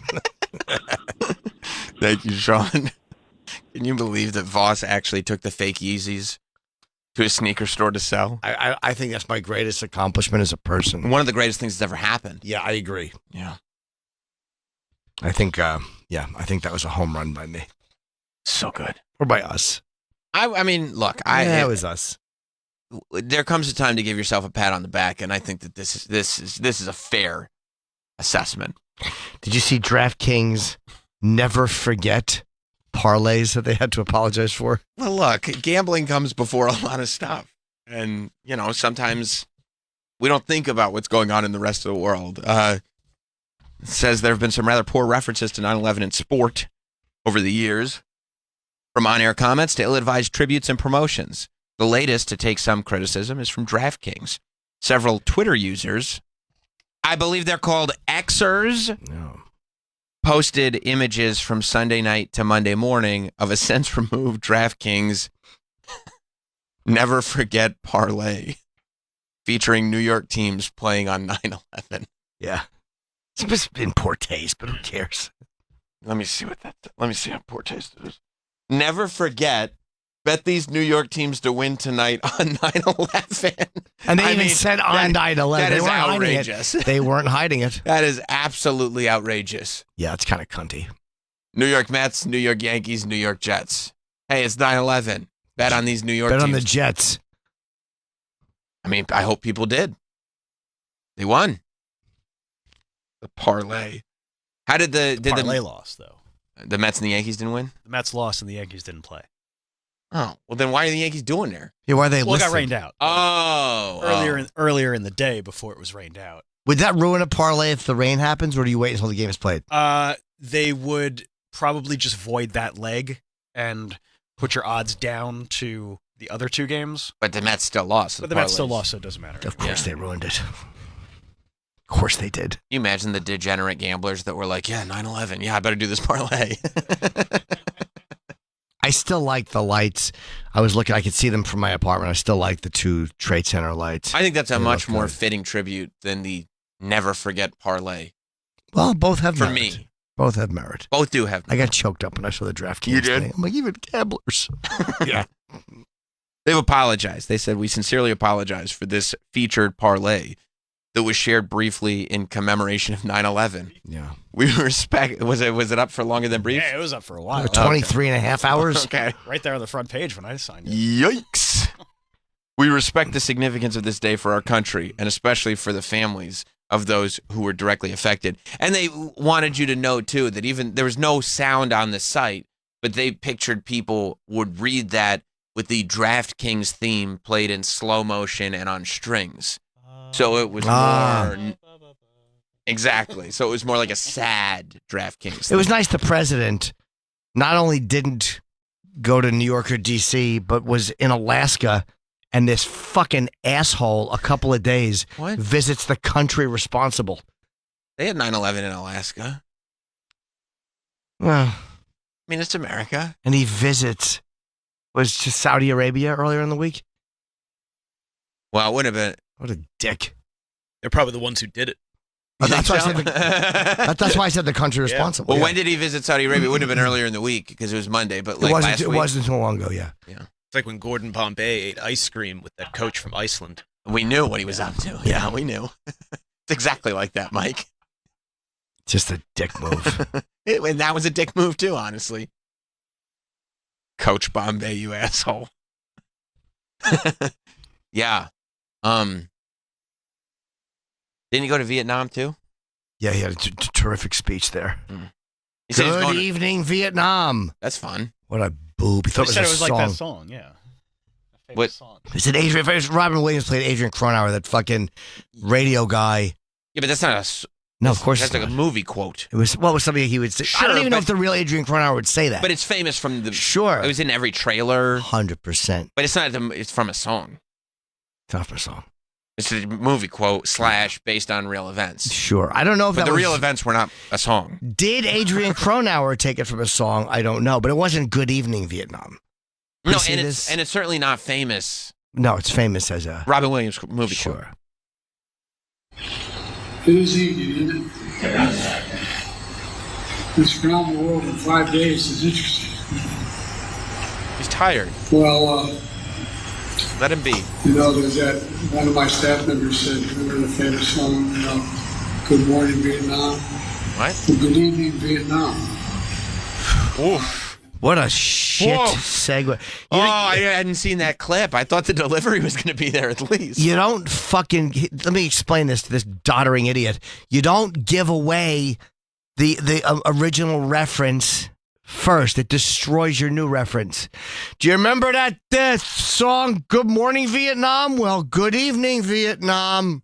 Yeah, we got it. You've wrecked it. Even if it was a song. Let's just pretend for the sake of argument it was a song. Here's what you do. Well, good evening, Vietnam. And people go, they get it. Did a staffer really tell him it was a song? No. They didn't. Who? No. And why would that come up?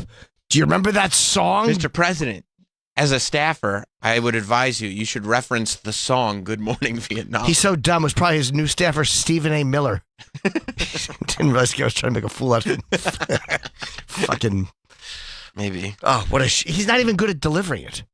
It was. He delivered it wrong. It was a hideous delivery. It was an absolutely hideous delivery. You don't say, do you remember that song? Because even let's say you get the movie quote right. Remember that movie quote? Good morning, Vietnam. Good evening, Vietnam. No, the way you do You it just is- say it. And you don't just say, Good evening, Vietnam.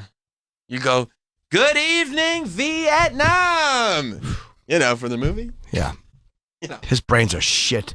Well, he's tired. He's been He's just, traveling. he's old. He's been traveling a lot. 81-year-old guy. Sick of these old fucks. All of them. Sick of them. He's been traveling. No, I get it. He's jet lagged. And sure, it could happen to the best of us. He does have a bed on his plane. You see when they shut him down the other day? I Did they did turn not. him off? Speech? Yeah, they said, all right, we're done. Who did? I guess whoever was there, his handler. Well, They- these people. Pulled the Mitch McConnell switch. Yeah. That's cool. And they're saying that he's still competent to fucking finish his job. Mitch McConnell's totally fine. He looks like a 5-year-old boy shitting his pants. That's what happens when you get old. You turn into a 5-year-old that shits their pants. But that's what he looks like when he freezes. He's like a 5-year-old shitting his pants. Of course, his brain is shutting down. It's scary. And it could be, they said, lightheadedness because he had what did he have? What injury is he recovering from? They said concussion. Concussion. But I don't know where you get concussion, but also that's not what lightheadedness is. Well, you don't freeze when you're lightheaded. No, but you might be afraid you're going to pass out. No, but he didn't say that. My problem is that he didn't afterwards go, sorry, I just got a little woozy there, or Of course. I'm a little dizzy. He froze. He got confused. Yeah. He didn't know where he was. It's happened more than once. And we let this fucking rancid old fuck keep his job. Who's the other one? Feinstein? Yeah, she in was a like, wheelchair in her fucking 90s? And she goes like this. Fuck her too. They're like, welcome back. She goes, I've been here the whole time. By the way, What are you talking about? I watched an interview with that fucking 88-year-old shitbag. Who's that? Fucking Paul Landis. Paul. Fuck that guy. That's your JFK guy, dude. No. I read the story. Read how it happened and why he kept quiet. He's completely full of shit. No. Don't say it ain't so. Fuck that guy. I went and I watched. We thought we had the answers. We thought we gained so much ground yesterday. Dude, he fucking took the bullet. Yeah. And he found it. And then he put it on the stretcher and it almost rolled off the stretcher. Yeah. So he took it and he put it on a blanket at an angle so it wouldn't roll off. Perfect. And he didn't tell anyone. And then he goes, I just didn't, and I didn't pay attention to any of the other stuff with the so this motherfucker is acting like he didn't know there was so much hoopla about the bullet. He didn't know that? And he didn't say anything about it. In a movie. What a bullshit. What a lying motherfucker. And then he's saying, I think that he forgot that he had done it all these years. It just was. Watch his interview. I forget stuff. I know, but not that you took the bullet out of the back of an assassinated president and put it on a stretcher. Yeah, what a fucking liar. I'm saying that he's lying. And he's doing these interviews. He did an interview. They probably had the pre-planned questions. But of course now he's saying, what am I hearing? And I guess he forgot. He didn't know. He just didn't know that it was such a big deal. He didn't pay attention. He doesn't have great... For 60 years. He didn't know there was a giant controversy that he could have stepped in and goes, no, I put that there. And it still got onto the other stretcher. He's full of shit. That's what made me hate him even more. When you watch the interview and he goes, and it started to roll, so I put it on a blanket. Like, you understand this critical evidence. First of all, you don't protect it from other people's fingerprints. Like, it's a full bullet that could have the fingerprints of the assassin on it. You don't take it out. He didn't know about the fingerprints. But you're assuming a full bullet. You know how hard that is to find? He was acting quick. You don't act that quick. No. And then you don't leave it on the thing where a surgeon will just pick it up and get his hands all over it. Absolute bullshit. And how does RFK just buy this? How does he just buy this story? You got me. Well, the guy didn't say, I had told so-and-so, and there was then you go, all right, maybe this thing just got buried. How do you write a whole book about this? Well, it's going to be a lot of rehashed stuff. A lot.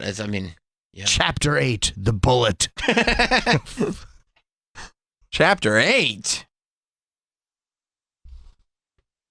Well, I thought we had the answers. No. That's a bummer. I was furious. When I saw the interview, I was more convinced than ever that I was right.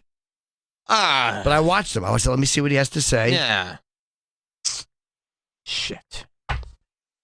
I didn't pay attention afterwards. That doesn't sound reasonable. No. You can't, even if you're not paying attention. We all just not pay attention sometimes to life. It's the JFK assassination. You can't not know that bullet is the giant, the giant tipping point for conspiracy and for all these thoughts that people have. He didn't know people would be wondering. I really think he's trying to cash in. Yeah, he's 88 years old. Why not? He probably wants to leave some money for the family. Yeah. Have some sort of legacy. Have some sort of legacy, whatever, yeah. He was the guy. Jim is spoiling his legacy, though.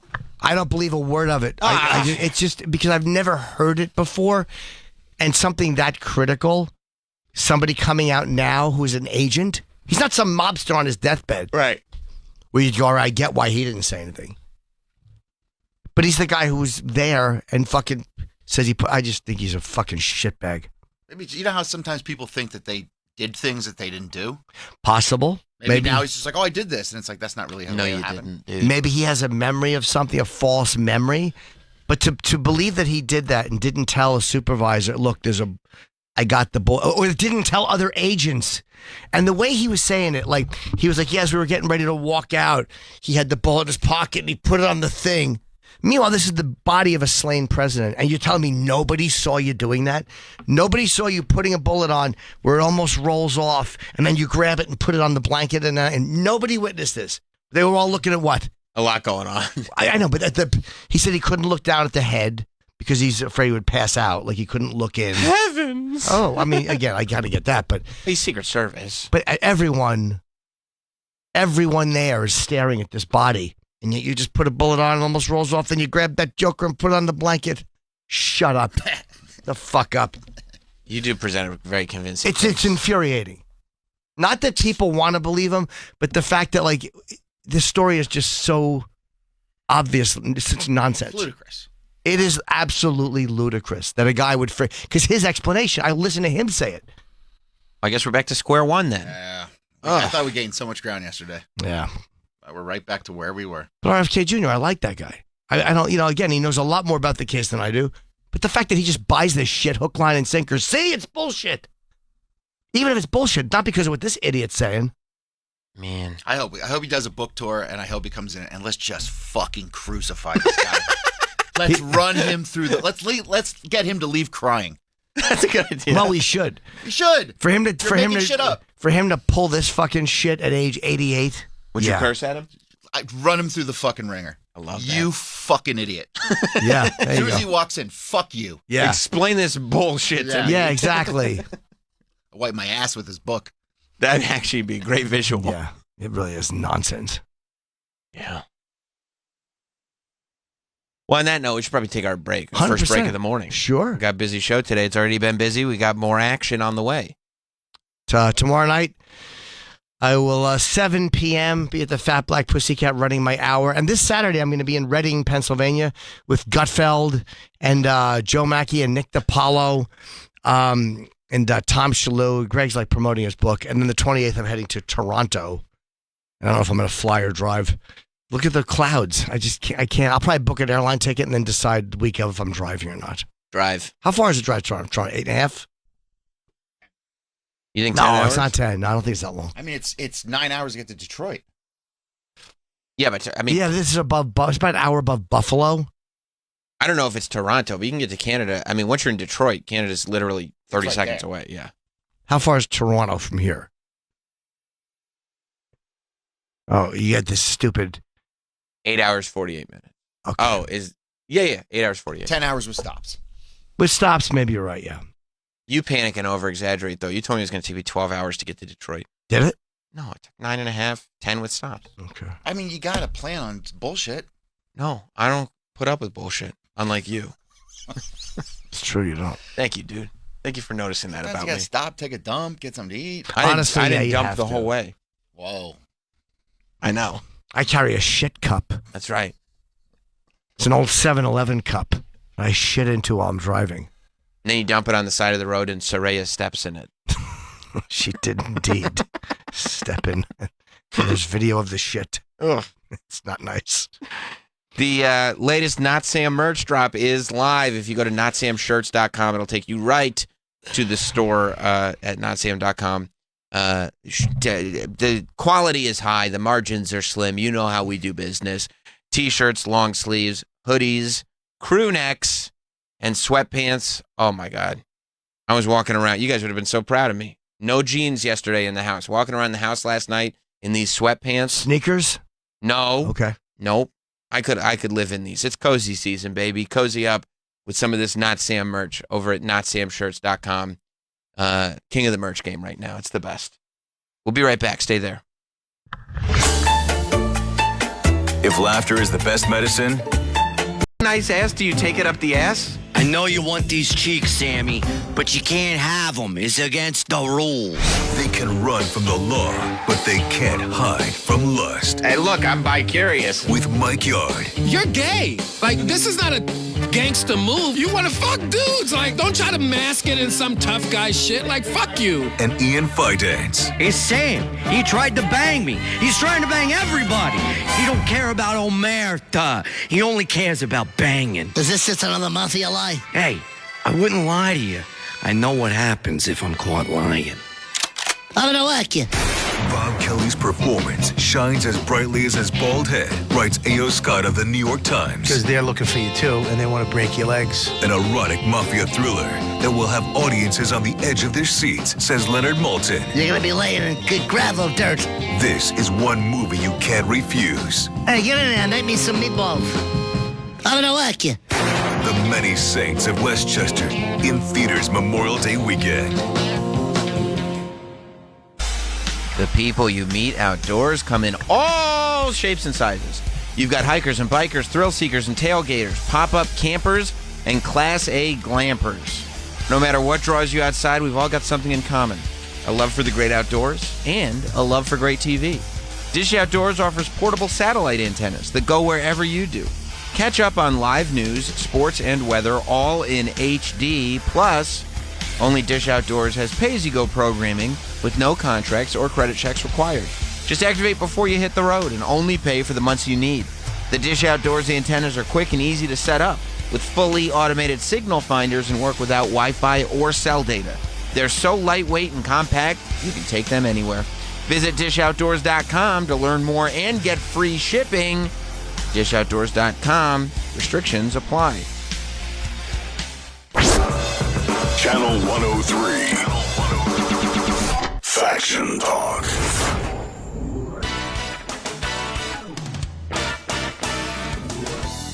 Oh, what's better than a good deal or a great price? How about free? I have the inside scoop on how to get a free 1-carat lab-grown diamond. Are you ready? Yeah. Our good friend Steven Singer of Steven Singer Jewelers, the I Hate Steven Singer guy, is giving other jewelers in America another reason to hate him.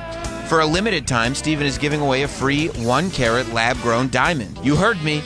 Free lab-grown diamond with any purchase of a real, natural, earth-born diamond engagement ring online or in his showroom. Everyone knows as production and supply ramp up on man-made diamonds, value plummets. How could other jewelers look someone in the eye and sell this stuff for $1,000 to even $6,000 now? Steven has never sold and never would sell something he believes has no value, no sentiment, or no sign of your love. So, to prove it, he's giving lab-grown diamonds away for free. Free 99! Our listeners are just too smart to fall for paying for something you can get for free from my friend Steven Singer. Go now to IHateStevenSinger.com for details. That's IHateStevenSinger.com. The optics aren't good, but radio's most problematic couple are back.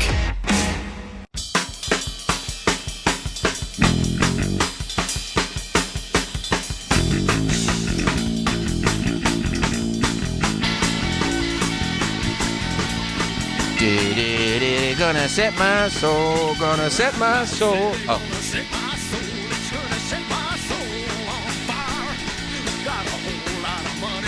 Awesome, right? Nice.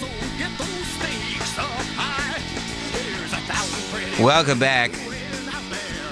Jim Norton and Sam Roberts. You know, today's the day. Apple event day. Everybody gonna watch the Apple event? People, remember you used to watch, because everybody used to watch the Apple event because Steve Jobs would go like this. Oh, and one more thing. And everybody would go, oh, and we'd all turn into, who was that? Stan's dad at South Park, jerking off by his computer with jizz everywhere.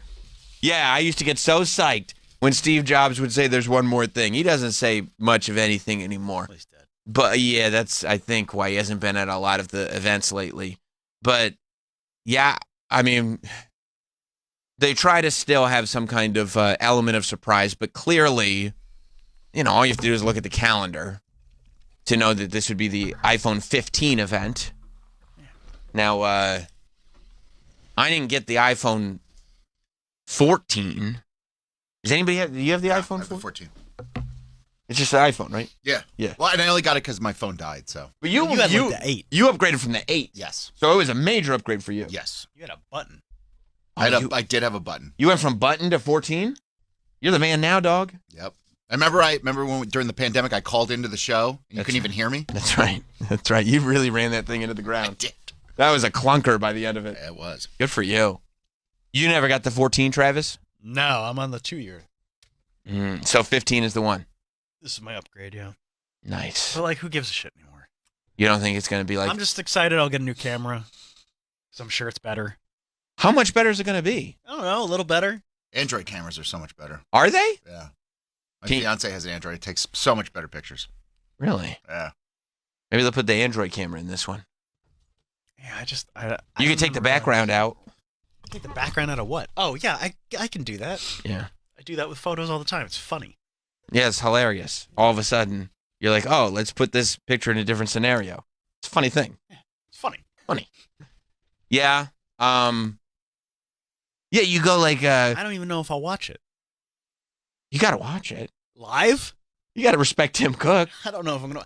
First of all, now they're all like pre-recorded. Yeah, of course they are. Yeah, Like, yeah. it's they just- all do the COVID. They it's did a it during spectacle COVID. Yeah. But have you seen that they still gather a giant crowd? Like It looks so stupid. yeah, they used to have everybody come to the auditorium and then somebody would be presenting on stage and go like Craig Federici with his lovely hair. exactly or what's our guy's name? What was his name? Damn it. The guy who's in charge of music who actually had a role on the Uber show, and I marked out big. The show that they made for Uber, our Apple guy that we used to always shout out. Shit. I know. How do we not remember his name? Eddie Q. Eddie Q. That's my guy. Eddie Q was on the Uber show too, and I was like, hell yeah, dude. You knew Eddie Q? He liked those silk shirts. Yeah, I love silk shirts with the different pattern on the sleeves. But yeah, now it's like they do the video thing that's pre-recorded, except they put it on a big screen and have all the like tech bloggers all crowd up in Silicon Valley and just watch it on a big screen, which I don't understand necessarily. I guess they give product demos after. Yeah, they do. But I don't know what you're going to, I mean, because you're like, well, when are they going to make another like giant step forward? But also, Well, they did. They already announced it. what is it? The thing. The VR thing. The Black Mirror headset? Yeah. Yeah, I'm not getting that. No, nobody's getting that. It's No. like $3,000. Yeah.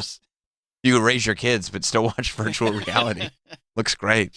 Yeah, I mean, what else do you want in the phone? Like, it No, already and that's the does thing. everything. Like, I feel like they're in that weird space, and they have been for a few years, where like it's not necessary to hold these events, but also if you don't hold them, you'll be admitting it's like, why aren't you holding them anymore? because they still do a decent job of trying to convince people. Yeah, you should definitely get this. You got to upgrade every year. Yeah, there you are gotta, still yeah. Why wouldn't people who think, oh my god, I got to.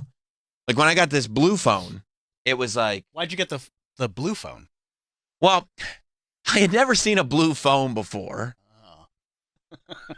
But it was like, this is the new color. But now everybody knows it's like blue phone. Right. What, a 2-year-old phone? But like, Have they said anything is coming in this? Is there any no, rumors? better of it? camera. I think there's like I think it's a USB-C charger. That'd you be know? fucking sick. I think it has to be because of some like England? Yeah, cases in England. So I'm pretty sure that's like, Okay, USB-C charger would be good. which is great because I've been using an iPad charger and an iPhone charger, separately. What are you talking about? To hit your prostate? Yeah. Well, it's called Wonderlust is the name of the event. Wonderlust. Oh, the Apple event? Apple event. Yeah, Travis is saying that the speculation is that, the big upgrade will just be it's got a USB-C charger. Oh, probably some nonsense. Which I just I- ordered a new laptop. It's coming Thursday. A new laptop? Laptop, yeah, mine is full. Well, you could just get a hard No, drive. but I mean, it That's a just fucking keeps. wild thing. I've had it 5 years. Yeah. It's a long time for a laptop. Well, yeah, I mean, yeah, okay. Time to get a new one. Yeah. It's full of stuff. This one's full. Have you ever tried to empty the trash? Wait a minute. Yeah. Holy shit, it's like a brand new computer. Yeah. No, it's lagging. Yeah. Probably because it's full. Uh-huh. That would be the thing. Like, that's when the Apple Store employees just get dollar signs in their eyes when somebody walks in and goes, I think my computer might be full. Well, I've got just, that happens sometimes. You're going to need to upgrade to something much more expensive. If that's full, as you say. 5 years is a good run for a laptop. Yeah, I think 5 years is perfectly acceptable to upgrade. But probably should have waited for the event, though. What if they introduced like new laptops today? No, this is just for phones. But Yeah. they might go like. I didn't even know about it, to be honest with you. Oh, you think phone and watch? Phone and watch. Watch. Why do you think that? Because that's how it's just historically been. Wonderlust. September is phone and watch. Maybe October another iPad, and then they do laptops in like March or something. Like they just refreshed. Oh, okay. They just refreshed. Then you're fine. Yeah. You're on the new end. I do so much of my work now on iPad. Like almost everything. The YouTube interface, like the behind the scenes on YouTube, is better on web-based. So I still use a computer for some of that. But realistically, almost absolutely everything, like all video editing, all uploading, all that other stuff I do on iPad. I don't know if I have the good enough iPad. It's a few years old. Yeah, no, you'd probably need to upgrade it. Okay. Riddle me this, Roberts. Go ahead. Would you prefer to do stuff on a laptop or an iPad? Give me a result. What you just mean like an answer to your question? Yeah. Oh, okay, that's cool. Give me a result might be your new thing. It is. Give me a result. I find that I've streamlined for what I do. It's much quicker on the iPad. Everything is streamlined. Like I go off a hard drive because now with USB-C, like it reads right off the hard drive very easily. Right. I import it to Final Cut on iPad, export it onto my iCloud drive, put it into my Photos app, which takes no time to go from, the export takes a little bit of time, but then to save it to the iCloud drive takes no time. Exporting it to Photos takes no time. And then uploading it on the YouTube app from Photos is what I do. What program? Final Cut. And then for thumbnails, I use Canva, which is great. Great iPad. Why is there a thumbnail app instead of just making them? What the fuck are you talking about? That question you just said makes no sense. For thumbnails? What do you mean? No, I know what they are, but what do you mean you use something for thumbnails instead of just Photoshop, you mean? Yes. Like that's what I use to design thumbnails, Canva. Okay. Yeah. And what do you do when the iPad's full? I have not run into that problem. Throw it away. Yeah, I guess throw it in the garbage. I've kept emptying my computer just to do stuff in iMovie, which I know is very primitive, but I like to put things. It's easy for me to kind of zip in and out of there and just kind of put things in a certain order, even though I'm sure the other programs are so much better. Yeah. But it just lags. Although you do the files are very big. The video files are fucking massive now. Yeah, I mean, if you're editing in high quality, you kind of have to do everything off hard drives. Like you should be kind of. I keep it on a hard drive. No, but you should be editing off the hard drive as How well. can you? Can you do that? Of course, you just read from the external hard drive instead of reading from your. But how do you can't? You have to import it into your program. But the program reads off the external hard drive instead of the internal hard drive. Hold on, hat to Doug. I don't have anything living in my actual desktop. Brain? Right.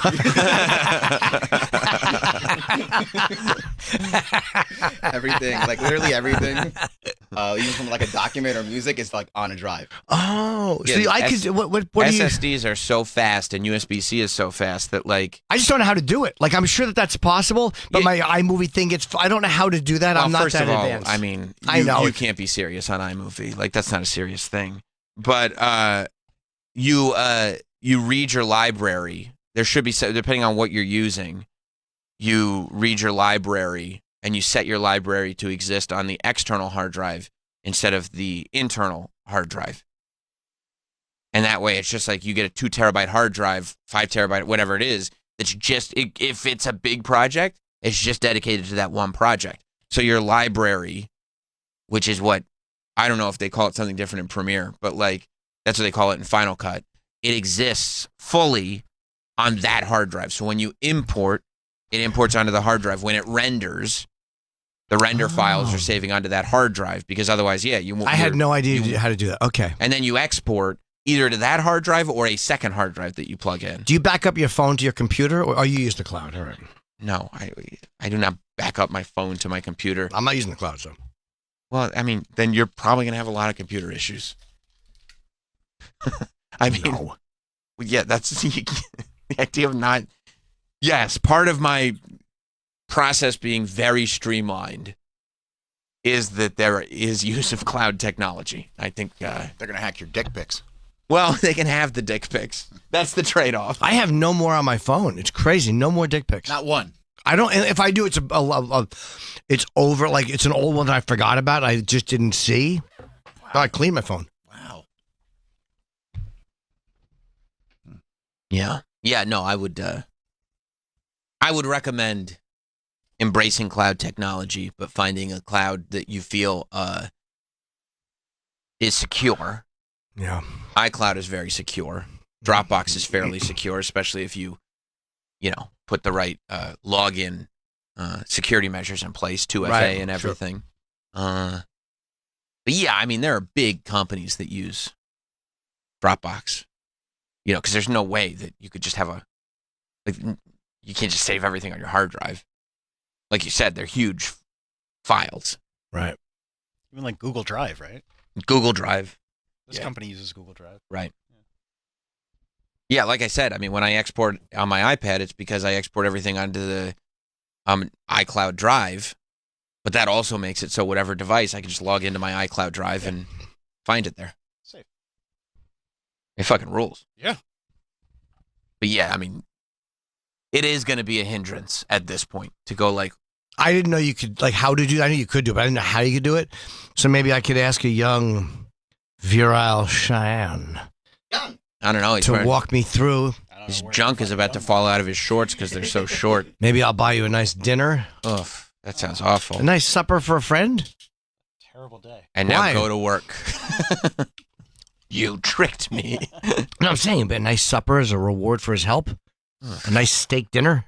Oh. Love a good steak dinner. Yeah, what's wrong with the steak dinner? Because you gotta become tech support, and then you get. No, you just sit down with a friend. Sushi? Oh, you have to say it into the thing.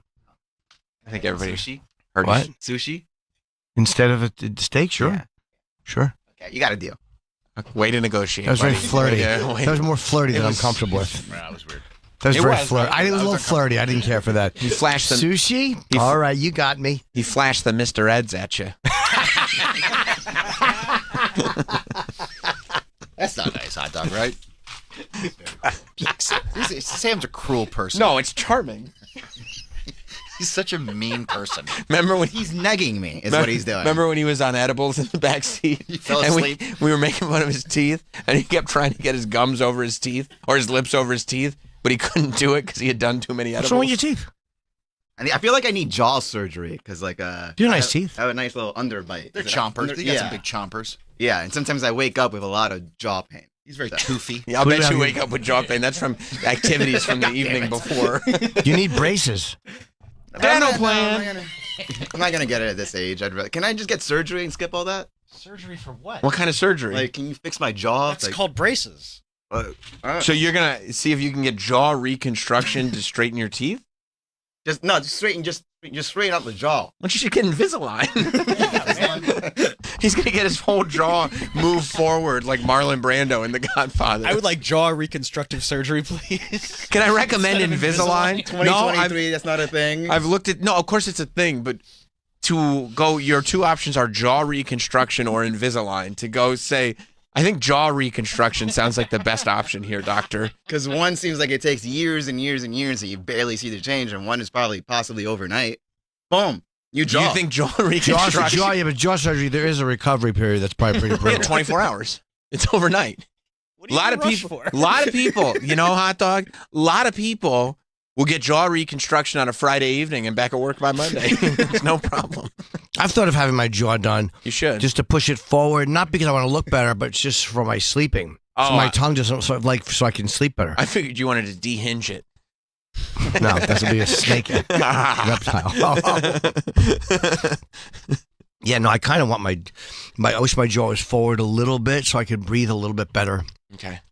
Hot dogs is an aesthetic he's looking at. No, I know. No, it's painful. Jaw surgery is a major surgery that can disrupt your life for several weeks and months. You owe it to yourself to understand how jaw surgery will affect your life. You should also understand what you can expect from your jaw surgery. I mean, if it's not elective, I could take the days off, though. Is that elective? I mean, that's Yes. 20 to 40K. Nobody's recommending that you get jaw surgery, If so I it could get would it be. recommended. I mean, I haven't gone to a dentist in a Yeah. while, so I could probably get it recommended. I've never heard of a dentist recommending jaw surgery. Yeah, that's a big surgery. Dentists don't even do it. No, that's a real It's knocked a out surgery. surgery. That's like a plastic Just surgery. imagining They my have to actual go. dentist. They have to go in behind your gums, whatever, and slice you open and move it forward. And there's muscle and all that stuff attaching. That's a big surgery. I put pins in. I'm sure. But to you do hold get it. painkillers after the surgery. Nice. So that's cool. Not during. Well, So you'll be no, out. you'll You're not get awake. You'll get an That's general. awesome, yeah. But you'll, you up. yeah, exactly. But then you get to go home with some Juice. But are you locked up after that? Like, I wouldn't want where I couldn't open my mouth to breathe. But no, they say most times now, even with a broken jaw, they don't have to wire you shut. Kanye had to be wired. Insure for dessert? That could be like Kanye. Yeah. When? Early 2000s. Yeah, it might have changed a little bit since then. It was tough for him. Someone ordered pancakes. He just sipped the scissor. Boost for breakfast. You dropped the banger during that. I could do the same. And, you know, I don't think I think maybe. Yeah. They all underestimate me. Hot Dog will be like, bad enough I got all this jewelry on. How am I going to get through the airport now? You think all that's keeping Hot Dog from releasing a classic album? I think so. Is just getting his jaw wired shut? Thank God I was too cool to just skip braces. Can you imagine seeing someone with Invisalign go, oh, they suckered you into that, huh? No, I got major reconstructive jaw surgery. Okay, but how long does Invisalign take? How long does it take? It takes a while. Months. Months? Just months? Oh, no, it's a couple of years. Yeah, probably a couple of years. You just put it in at night. It is. It doesn't hinder your life. You don't do it during the day, too? I thought I was You supposed can. to. But You can do it during the day. There we go. You can do it during the day. You take it out to eat. Still slaps. It's so fucking good. Bro, I was in college when the College Dropout came out. I was like, I should drop out. That's how good it was. When he said I was done with college, oh, you graduated? No, I decided I was finished. I was like, oh, me too. I stuck around, but this is me, dude. Not with it. Somebody ordered Invisalign. I just picked That right there could drive a sane man berserk. Not to worry, Mr. H to the Dizzo's back to Wizard. If it's months. Telling her son picked surgery instead of Invisalign. Still good. If it's months, Invisalign's not that bad, but I think it's years. No, I would rather. It's probably a couple years. Yeah. And you probably tighten it as it goes on. Like braces. Yeah. Yeah, exactly. What's wrong with your teeth? Nothing. They're big. They're big, but wait, how is Invisalign going to fix that? Once you get the big Roman Reigns chompers, You're still gonna Just show up in the pearly whites. No, he's saying it's the underbite that bugs him. Well, that and like I do get like a lot of like jaw discomfort. Isn't that an overbite? I guess so. Yeah. he's definitely got overbite? no. He's got an overbite. He doesn't have an underbite. Yeah. It's You overbite. should shave those bad boys down and get some good, nice veneers.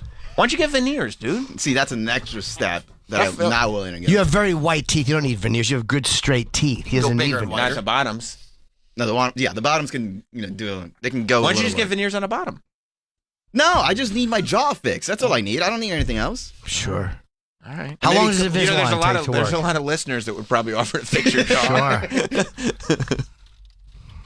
More than one way. Yeah. Invisalign is how they talked about your hair. All right. See, now you're just bullying. Is your hair fake? No, I used to have a spray on for a couple of weeks, which wasn't, Well, that's a good look. Spray on hairline. Sure. It wasn't voluntary. The barber just decided. Ooh, that I'm gonna make needed- you remember look that, good. yeah. I'm gonna make you look good. I'm gonna do you right. Did you like it? I did not. No, I wore a hat for the rest of the month. What's wrong with your hairline? You're not even balding. No, you have a good hairline. That's not what the barber thought. It's thinning. Yeah. Sam has a good eye. I have a good eye because of my own personal experience. Hot dog barely. No, like I'm not. I don't think I'm gonna go. Troy, you don't know. Yeah. You don't know. What? When it goes quick, and you don't know about it. You don't know about Sam is wishing that I have a Sam Roberts. No, sketch. I'm not. Sam wants to drag you down with Yeah, him. he does. You don't know about that life. You have no. You have as healthy a hairline as I've ever seen in my He's life. fine. You're fine. Yeah, I mean it's a little thin. Then let me but- ask you. Let me ask you if he's fine. Go ahead. Why did he go to a barber shop and they were like, "We're gonna spray a hairline on that you didn't even ask for," but he's fine. But the barber, because the barber They're just trying to does sell that. a product. Do they sell it there? It was They don't sell it to people with hairlines. Because I went to the Bronx and it was my barber. Have you ever seen anybody with a perfectly good hairline walk out with a spray on hairline? Also, I don't know. They get a little crazy up there with the. No. You're fine, dude. The answer is no. You couldn't even tell it was spray on it. Honestly, I remember it. It looked fine. I bet you got You could another tell- 10 years before you'd even start showing. Incorrect. I think so. I agree. I could see a little bit from here, like right in this part here. Teeny bit, not much. That's exactly where it is, Oh. and he can't even see. I'm half blind, yeah. You got bad eyes. That was a good guess. Yeah. It's very minor. Yeah. I would like to see Hot Dog Horseshoe bald, though. That would be funny. I mean, I look good bald. I mean, I don't. Yeah, you do. You look good with the shaved head. Man, you look good anyway. Okay. Oh, he's looking for it. Son of a bitch. Oh, got it. There we go. I got it. Nothing gets past me.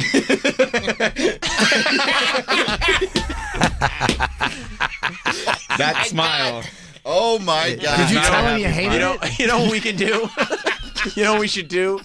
To show this barbershop some love, let's put this on the Jim and Sam stories. Yes. Yeah. You know, because we can't repost on Instagram, but we can post the Instagram post to our story. So Yeah. on the Jim and Sam stories, you can see what we're talking about. Yeah, you look like Cuba Gooding Jr. in Boys to the Hood. Boys from the Hood. Boys from the Hood. Yeah, Boys in the Hood. Boys in the Hood. Sorry, yeah. Boys to the Hood. Boys to the What an Hood. old white man. Yeah. I love that he wrote hairline restoration. See, Troy, He's showing what he did. do you know what the word restoration means? But that's ridiculous. It's halfway down his That forehead. looks normal. He's a professional, and he was like, "Oh, thanks for coming into my barbershop. I'll restore your hairline." They would never say that to you. It literally looks like Fred Gwynn.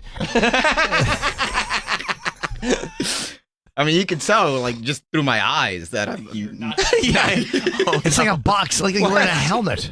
Did they put like a stencil? It looks like it's stenciled on you. Yeah. Yeah, you put like a little fucking ruler or something, yeah. and then. Why didn't you tell me you didn't like it? I didn't know what he was doing. I never had that happen. You know what else is going on in this video? What?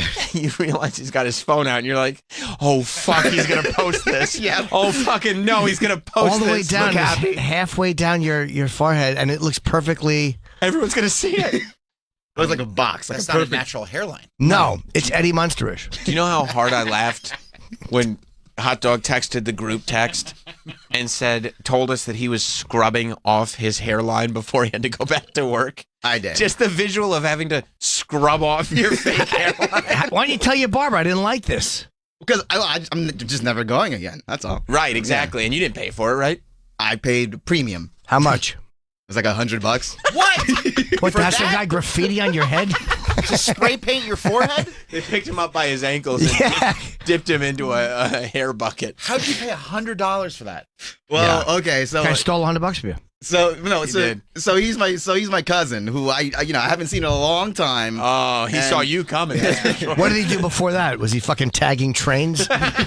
He's also a rapper. Of course he is. Of course. So Actually, I came to talk about my album.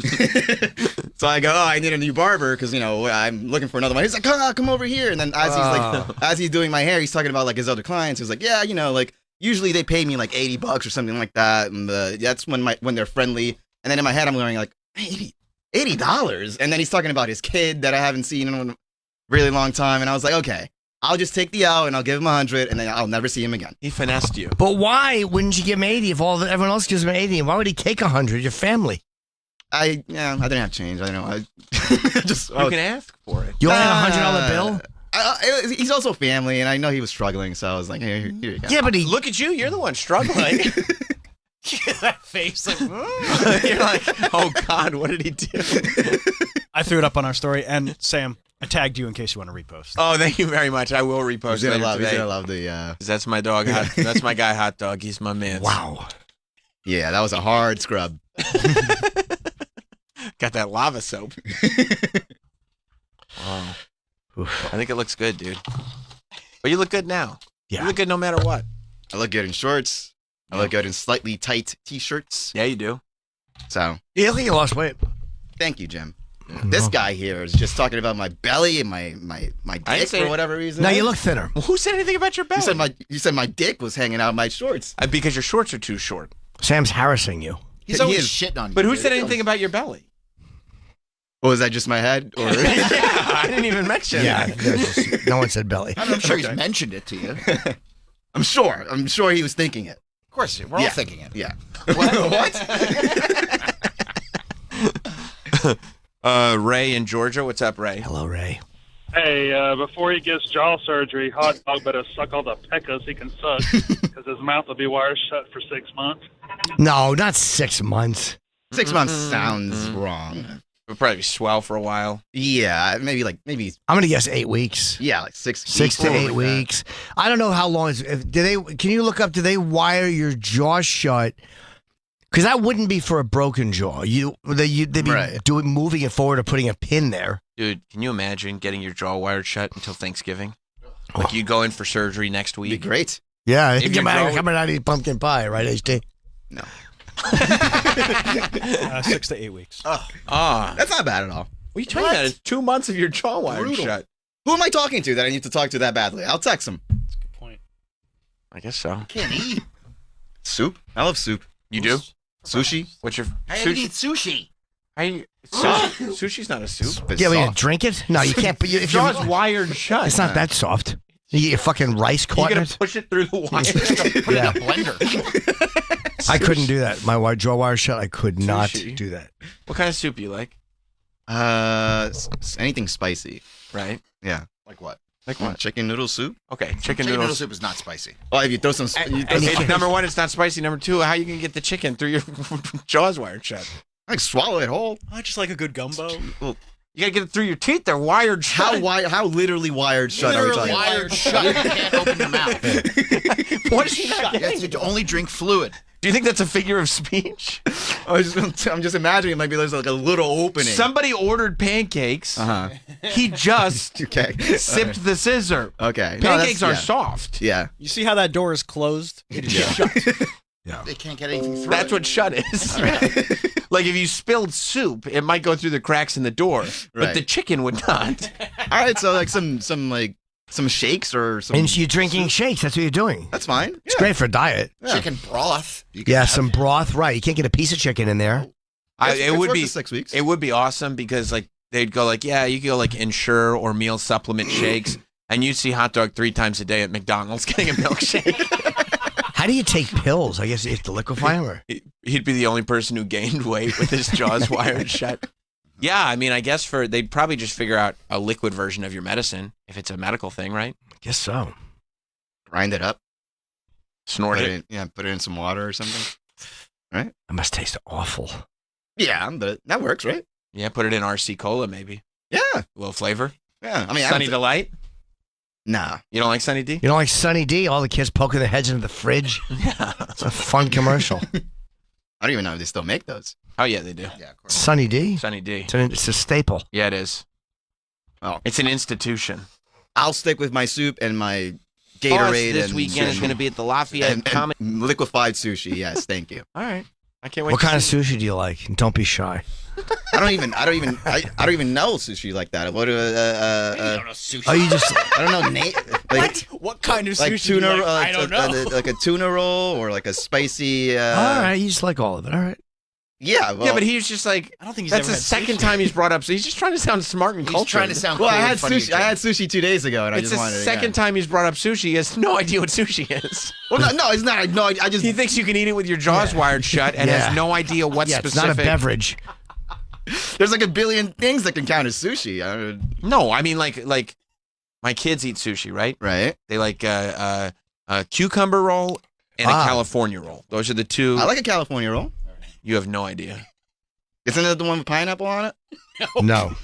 It is not. Is California pizza. No, it is absolutely not with pineapple on it. All right. What does it have? Yeah, it's California Pizza Kitchen. Yeah, you're thinking of California. Yeah. You're thinking of CPK, which is also good. Yeah. Yeah, it's better than just CP.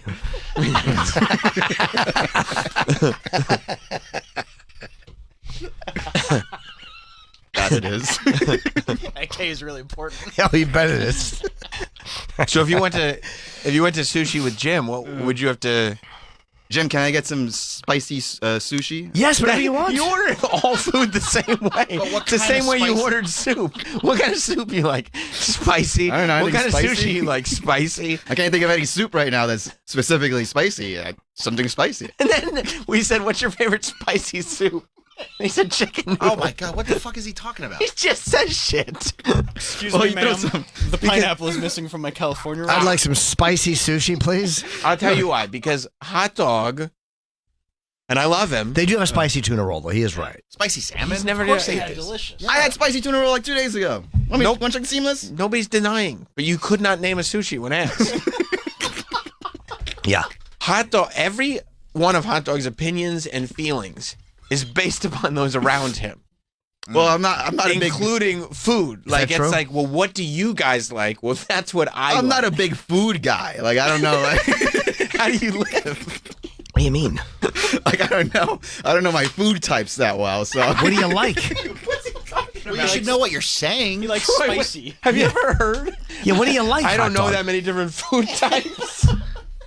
You're 32 years old, for He God's doesn't know sake. sushi or soup. Yeah, what do you like? I mean, I know. Can you soup. imagine a man in his 30s saying, "I don't know that many different food types"? And you He live was in New born- York City. You've been here for. You were born here. I was sheltered. I was very sheltered. I ate What the did you same eat growing up? I ate, In the city. Spicy soup and spicy sushi. I don't know food Yeah, types. what did you drink? Chicken noodle soup was your beverage? It was a lot of rice and beans and chicken and plátanos What about and sofrito? salami. Huh? Salami. Salami sucks. Salami? What? What a shit treat. People like salami. That was like literally like breakfast for me every day. Salami? Yeah, salami's good. Oh, it's Yeah. fucking one or two bites with a fucking piece of cheese, and I'm done with salami for a month. Nah, Salami all day. You love salami. Nah, That's a salami Dominican feels staple, good, yeah. but Yeah, send a salami to your boy in the army. yeah. I'm so confused. I mean, I'm perfectly comfortable. So annoyed. I have dinner on Friday with a bunch of friends, and I'm the person who doesn't know the food types, and I'll just be like, well, The food types. I don't know what you mean food types. Like cuisines? Food groups? types. Okay, so- Dairy, bread. Like if you asked him, and he knows the basics, right? He knows sushi. He knows soup. He doesn't know sushi. No. knows He what it knows. is. He knows that there is a sushi is a thing. Yeah. Yes. He knows that soup is a thing. Yep. He knows that All right. steak is a thing. He knows that chicken is a thing. Yes. But if you said like, what kind of steak would you get? He'd go, fuck if I know. Right. Like if you said T-bone. Did you say C-bone? That's a T-bone. Okay. But did you just say that because that's actually what you like, or that's the only one you know? I know. what other ones. kind of I know steak other cuts ones. are there? There's I know Angus beef. That's not a steak cut. Angus. Angus beef. I just can't believe this. You see why I hang out with them all the time? I hang out with them all the time because it's like no matter where the conversation goes, this is the conversation. Every day we have these I conversations. learned about Angus beef. Name I'll two have the steak. Angus beef. T-bone steak. Name another steak cut. Angus beef. I learned about quinoa last year. What'd you learn? Well, because I was at the office and they were like, they made a whole announcement about how there's like food in the kitchen, and I go there. What kind of types? What types? Yeah. And I I'm get- not sure about the food types. And I go there, I'm excited, and then I look at this thing, and it looked like bird food, and I was like, oh. It's like, what is this? This isn't it. Is this it? They were like, yeah, it's like rice. They had to explain quinoa to me. Well, I mean, Now I know that's, it's that's a weird one, but Yeah, okay. that's fine. Quinoa's okay. We'll let that one It's slide. good for you to learn what quinoa Yeah. is. It's worse. It's that- relatively like new. It's more that like you go. I would specifically like to go out to sushi with you, Jim. What's your favorite type of sushi? I can't name one. Yes, I What's like your- a spicier sushi. And then you go like, what's your? I'm okay to have jaw surgery because I love to eat soup all the time. I can't name one soup. Is it so strange that I might not know all the variants of sushi, but I could indulge every now and But then? you have to look at a menu and order something. Yeah. Sure. Yeah, that's I crazy. look at It's something crazy. and then it's in and out. You don't I need to- order it and then forget about it the next day. And meanwhile, Jim would take you to like one of the best steakhouses in New York City. And I'd be like, Jim, what would you recommend? Yeah, exactly. And then exactly that's what I'm saying. You make. What do you like? That's what I like too. I had to have the only time I tried to have a conversation with him about the movie Nope. All of his talking, at least with Travis, we disagreed, but it was a strong disagreement. Every single talking point that he gave me was a Logan Paul tweet. I came out of it confused, and then I There was nothing confusing about that movie. confused about like what the message was, or like what was what was the monkey about, like stuff like that. and then Logan cleared it up for me. cleared my mind, and Yeah. after a couple YouTube explained, Right. Okay, good. Now I have an opinion. I've Now- gone on YouTube and Twitter. Now my opinion has been Here we go. established. Now let me tweet my opinion. Yeah. So you see how, Jim, you say you get annoyed at like the reactions and just giving your opinion about stuff? There's a lot of hot dogs out there that need this stuff. No, I know, but it's not our responsibility to fill in anybody else. Anybody. You just kind of, the reactions and the. Hot dog needs to know how to I would- feel. I would- He needs to know how to feel. I would like to know how you feel about Nope. I've never seen it. I like him, but I've never seen the movie. I'll wait for your review. Okay. I will give you one. Base my opinion. I've never ever every single time I've been anywhere with Hot Dog that we're getting food, like on the road, whatever, as if it's something new. He always goes like this. I go, "What are you in the mood for?" And he goes, "I don't know, maybe something fried." Yeah, what's wrong with that? That I've realized that this is just a thing that you say. It's his go-to. It's just a go-to. Fried fish, fried chicken, French fries. He likes fried food. What could go wrong with that? But it's not like you go, like if you go fast food or you want to hit up a McDonald's, you want to hit up this, but like, I don't know, maybe something fried. And it's the only thing he says every single time. Well, at least it kind of And I'll leaves leave it the open rest for you. to you. But that's what but then what kind of fried food? I don't know. Fried chicken. Exactly. You But pick. that's I good don't though know. because he's easy to hang with because he'll It's- go with whatever. It's very easy. I'll eat whatever. I would rather that than a picky eater. Yeah. Yeah. Sam. Yeah. Although easy. Sam does just go in a restaurant and make the best of it. I'm easy. But Yeah, if you you are. pick, I mean, it's Hooters or fucking Yeah. B-dubs. Why are you acting like you're really put out by that? No, but I mean, it'd be nice to go to like have like where's a the negative gentleman's there? steak or sushi. Yeah. It's just that's a not on gentleman's No, it wouldn't. dining experience. No, it wouldn't. Well, he lives with a chef, a world-class chef. Exactly. So he gets it all the time. No, but he has his palate is very improved. When Sam comes to town, it's like, oh, good. This is what we're doing. We get a break. By the way, what was that gas station shit that we went to last time that you guys keep talking about? Buc-ee's? No. Sheets? Wawa? It's overrated. Thank you. Get the fuck out of here. It's overrated. It's a regular fucking deli from the city. This fucking asshole over This You see what I fucking mean? asshole. That's an incredibly stupid thing Yeah, to see, say. even You Mike can has get to say it. any sandwich. This is that why they have people over think there. people I from don't New even York need City to- are fucking idiots. You can get Don't any let them sandwich. bully you. No. You're he's- right. I'm from Jersey. Don't let them bully He's you. an idiot. Shit. Yeah, it may be true, but don't let them bully you. Two things could be right. That's right. No, You're an idiot, wrong. And You're, Wawa's yeah. great. Wawa's For how incredible. quick it is, the quality is excellent. And But you live in the city. You have that any I know, but deli if you I'm go to. traveling to, That's right. The only reason. No, It's like fuck, that's- a bodega's not making a Wawa sandwich. Get the fuck out of here. Yeah, of course it is. No, it's yes, not. it is. No, it's not. You bring a Wawa sandwich, and I'll bring a bodega sandwich. Sandwiches? Are we getting sandwiches? sandwiches for the boys. Yeah. I know. Yeah. He also doesn't understand the appeal of like when you're driving, there's not a Harlem bodega that's the one that he goes to right by his house on the road. But you guys were like, "Oh my God, Wawa's!" Yes. It's overrated. Yeah, it's amazing. I almost came when I ate this sandwich. It was like, come on, guys. The food is really good for how quick it is. And how available it is wherever you go. Yes. It's fine. You could fill up your gas tank and get a delicious sandwich and be on your way. It's I was on fine. the same road that you were at, and it was fine. It's fine. I don't dislike Wawa, but It's it's not. incredible. It's very overrated. It's hitting. Thank you, Jim. It It is. Find a better spot. Jersey Mike's a great sandwich place, but it's overrated. Toasties is better. I do like Toasties. Toasties isn't on the road. You can't get to a Toasties. It's a very specific No, qualifier. you're a specific qualifier. You think everything that is in 2 blocks of your dumb Harlem apartment. That's where we live. That's right. Who's we? Well, we live in Manhattan. You live in Westchester. Where do you live? Pointing up. With the camera stand. Yeah, but it'd be so annoying if I was like, Wawa's is good, but there's a place right by my house even better. We'd be like, yeah, great. We're not fucking at your house. We're in the middle of a highway in Pennsylvania. Who gives a fuck what's by your house? I'd rather like White Castle on the road or something. Yep. Tastier. I fuck with White Castle I fuck too. with White Castle too. It's not either or. Yeah. Exactly. Any fast food. Plus, place. I mean, White Castle's not on the road. If you, once you get outside, like, They're hard to find. Hard to Yeah. find. We got a break. Travis is telling us we got a break. I gotta set up these cameras. Yeah. Oh my God, Hot Dog, you're infuriating. you tried to take a side I tried. and you couldn't. It's impossible. I'm with you. I don't even know where I lost you, Troy. Just you Wawa's. don't know food. I mean, you don't know anything. And also, you described foods as food types. I gotta set this up. All right, we'll take a break. We'll be right back.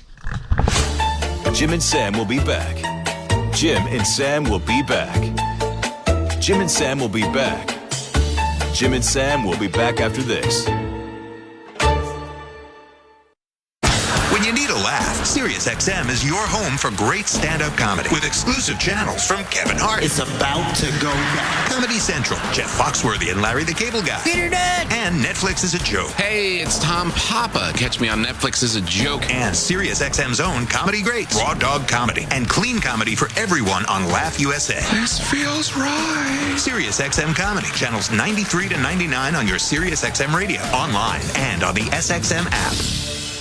5 albums. What a man gotta do. One night. Oh, it's on. The Jonas Brothers.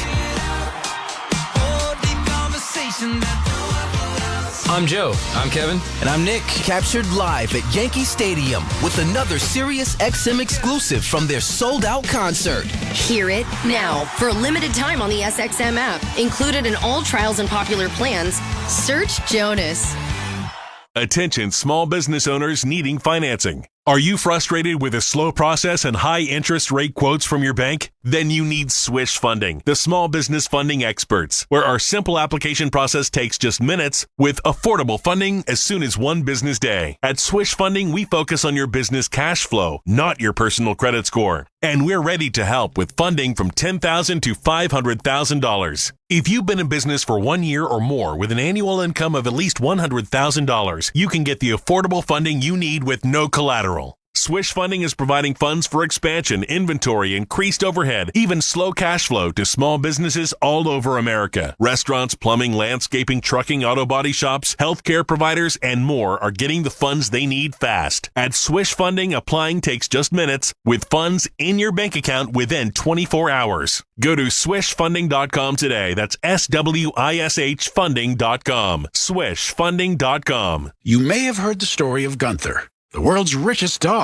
Legend has it that when German Countess Carlotta Liebenstein died in 1992, she left her $80 million fortune to her beloved German Shepherd, Gunther III. Since then, Gunther's descendant, Gunther VI, has inherited the money now worth $400 million. Which begs the question, what do you get a dog that owns a jet, a yacht, and multiple homes? Simple. You get him a Sattva luxury dog bed, not your typical slab of foam covered in polyester. These are true inner spring beds that provide unparalleled back support and proper spinal alignment for dogs of all sizes. They won't flatten over time, and their nano coils make it easier for even the oldest dogs to get up off the bed. In short, this is the finest dog bed you can buy. And you don't have to have Gunther's millions to afford one. Get your dog a bed that's fit for a billionaire. Go to sattva.com/...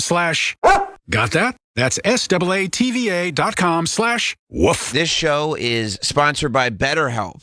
Sometimes those thoughts get the best of us. They're racing through our minds. You ever find that just as you're trying to fall asleep, your brain keeps talking to you? Your thoughts start racing right before bed or other inopportune moments? It turns out one great way to make those racing thoughts go away is to talk through them, the actual problems behind them. Therapy gives you a place to do that. So you can get out of your negative thought cycles and find some mental and emotional peace. If you're thinking of starting therapy, give BetterHelp a try. It's entirely online, designed to be convenient, flexible, and suited to your schedule. Just fill out a brief questionnaire to get matched with a licensed therapist and switch therapists anytime for no additional charge. Get a break from your thoughts with BetterHelp. Visit BetterHelp.com /Teft today to get 10% off your first month. That's BetterHelp, HELP.com /TEFT. Quiet. What's better than a good deal or a great price? Well, I'll tell you, free.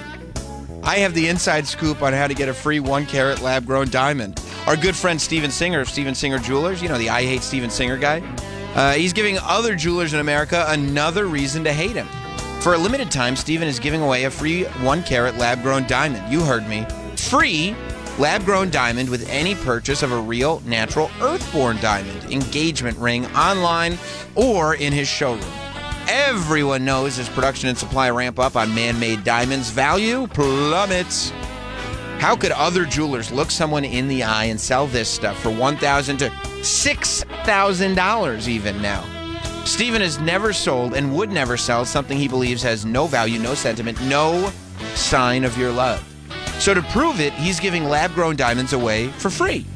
Our listeners are just too smart to fall for paying for something that you can get for free from my friend Steven Singer. Go now to IHateStevenSinger.com for details. That's IHateStevenSinger.com. Summer's gone and class has begun. We're schooling you with the teen anthems of the 2010s. Join Big Time Rush, Miranda Cosgrove, and the Jonas Brothers as they play the songs that hit after the school bell rang. The After School All-Stars Mix, hosted by Mac. This is where Connect 3 connected. Now playing on the SXM app. And to keep riding that 2010s vibe, head to Channel 11 for the 10 spot. Let's face it, talking about life insurance is never easy. But after we watched a close friend lose her husband with no insurance, we decided that wasn't going to happen to our family. Yeah, but shopping for life insurance can be almost as difficult as talking about it. But then we heard about Ethos Life Insurance. They're a new kind of life insurance, built for people on a busy schedule who don't have time for unnecessary doctor's visits, fine print, or hidden fees. You know, who want to keep it simple. I couldn't believe how easy it was. We answered a few basic questions, and within minutes, we had an estimate of what it would cost and what sort of policy made sense for us. I never imagined a life insurance could be so affordable. And accessible. The peace of mind knowing that our future is secure, it just removes a lot of the fear around getting older and... Yeah, the unexpected. I'm glad we talked about it. I'm glad we went with ethoslife.com. Go to startethos.com now for your free estimate. That's startethos.com. Startethos.com. Individual rates, coverage offerings, and savings may vary. Subject to terms and conditions. Not available in all areas. Actual Pi customer. As a small business, we're always looking for ways that we can offer the quality product and get some cost savings. Meet Michelle from J.J. Pfister Distilling Company, a small business in California. When looking for workers' comp coverage tailored to the company's needs, she discovered Pi Insurance. We heard about Pi Insurance being geared for a small business, gave Pi a call, and ended up switching. Is your small business overpaying for workers' comp insurance? See how much you could save at saveonpi.com. Plus, when you sign up for pay-as-you-go billing, your premium is based on your actual payroll, not an estimate, so your workers' comp audit experience is simplified. We saved about 30% off of our workers' comp insurance when we switched to Pi. It's as easy as pie to get the savings you deserve. What are you waiting for? Ask your agent for Pi or get a quote in 3 minutes at saveonpi.com. That's saveonpie.com. With today's economic challenges, it's tough to keep a small business going and growing. Low credit scores, high interest rates, and lengthy application and approval processes can cause delays. Getting the cash you need when you need it fast is nearly impossible. Until now. Welcome to Swish Funding, the small business owner's friend that can put the cash back into your flow within 24 hours. How does $10,000 to $500,000 in one day sound? If you've been in business for 1 year or more with an annual income of at least $100,000, you can get the affordable funding you need in your account today with no collateral. Even a low credit score won't keep you from the money you need. With Swish Funding, it's really that easy. Expanding, buying more equipment, hiring more employees? We've got you covered. Adding more inventory, slow cash flow, or even a last-minute large purchase for your company? No problem. Let our team get to work for you to keep your business going and growing through these tough economic times. Visit swishfunding.com now. That's SWISH funding.com.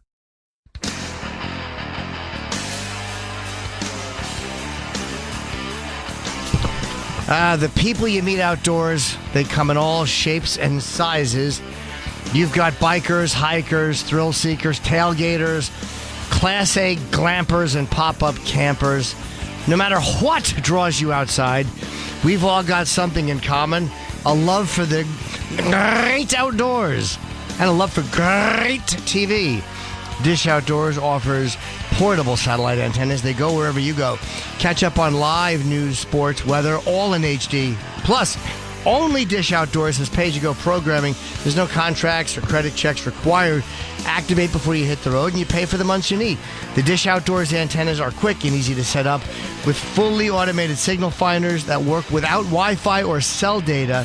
They are so lightweight and compact, you can take them anywhere. Visit dishoutdoors.com to learn more and get free shipping. Dishoutdoors.com. Restrictions apply. How do you do this radio show? We aren't even sure how people listen to it. Anyway, Jim and Sam are back. Gonna keep going a little longer because they had to postpone some of the dates because Steven Tyler damaged his vocal cords. Okay. Well, that happens when you're 70. Yup. 75, whatever it is. 3 shows in. Yeah. They're basically the Aaron Rodgers of farewell tours. Haven't they done farewell tours? They have done some farewell tours before, but this one's different. But yeah, like the list of They're like, we're just going to postpone a couple of dates. Detroit, Chicago, Washington, D.C., Toronto, Raleigh, and Cleveland. And they're getting postponed all the way till February. Wow. Okay. So I hope that Aerosmith wasn't like looking forward to they had permanent vacation. Well, they had a communication breakdown. What? Guy was not good with the music stuff. Yeah, they probably have to finish the tour before they go do those cities. Right, they had to tack them on at the end. I would imagine, yeah, because you can't you can't just push it back a couple days. Right, when you got the rest of the dates, and then also these arenas are busy. They get full. Yep. Or are they doing stadiums or arenas? Arenas. Yeah, they're playing like the Garden. I think they played UBS over the weekend. All right. They're pretty amazing, their longevity, though. I'm not even that big a fan, but they are amazing. Are they doing Pink? No. Fuck that. I looked at the set list. No Pink. Like the Bing on your cherry. That's my favorite era of Aerosmith. Yeah. How can it be a farewell tour if you're not going to play Pink? Hey, do you think they're going to do, all kidding aside, you think they're going to do Dream On? The quick self-correction is what does it for me. I've seen them. I saw them in Kiss. Actually, I didn't see much of them. I went backstage to meet Kiss in like 2003. Do you regret that?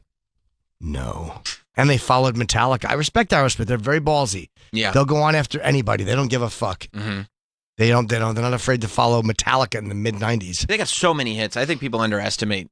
I think you're right. How many hits Aerosmith has. Yeah. Because they've got, 3 at least different eras of major popular hits. Yep. Yeah, they're as iconic as any of these bands. So. Yeah.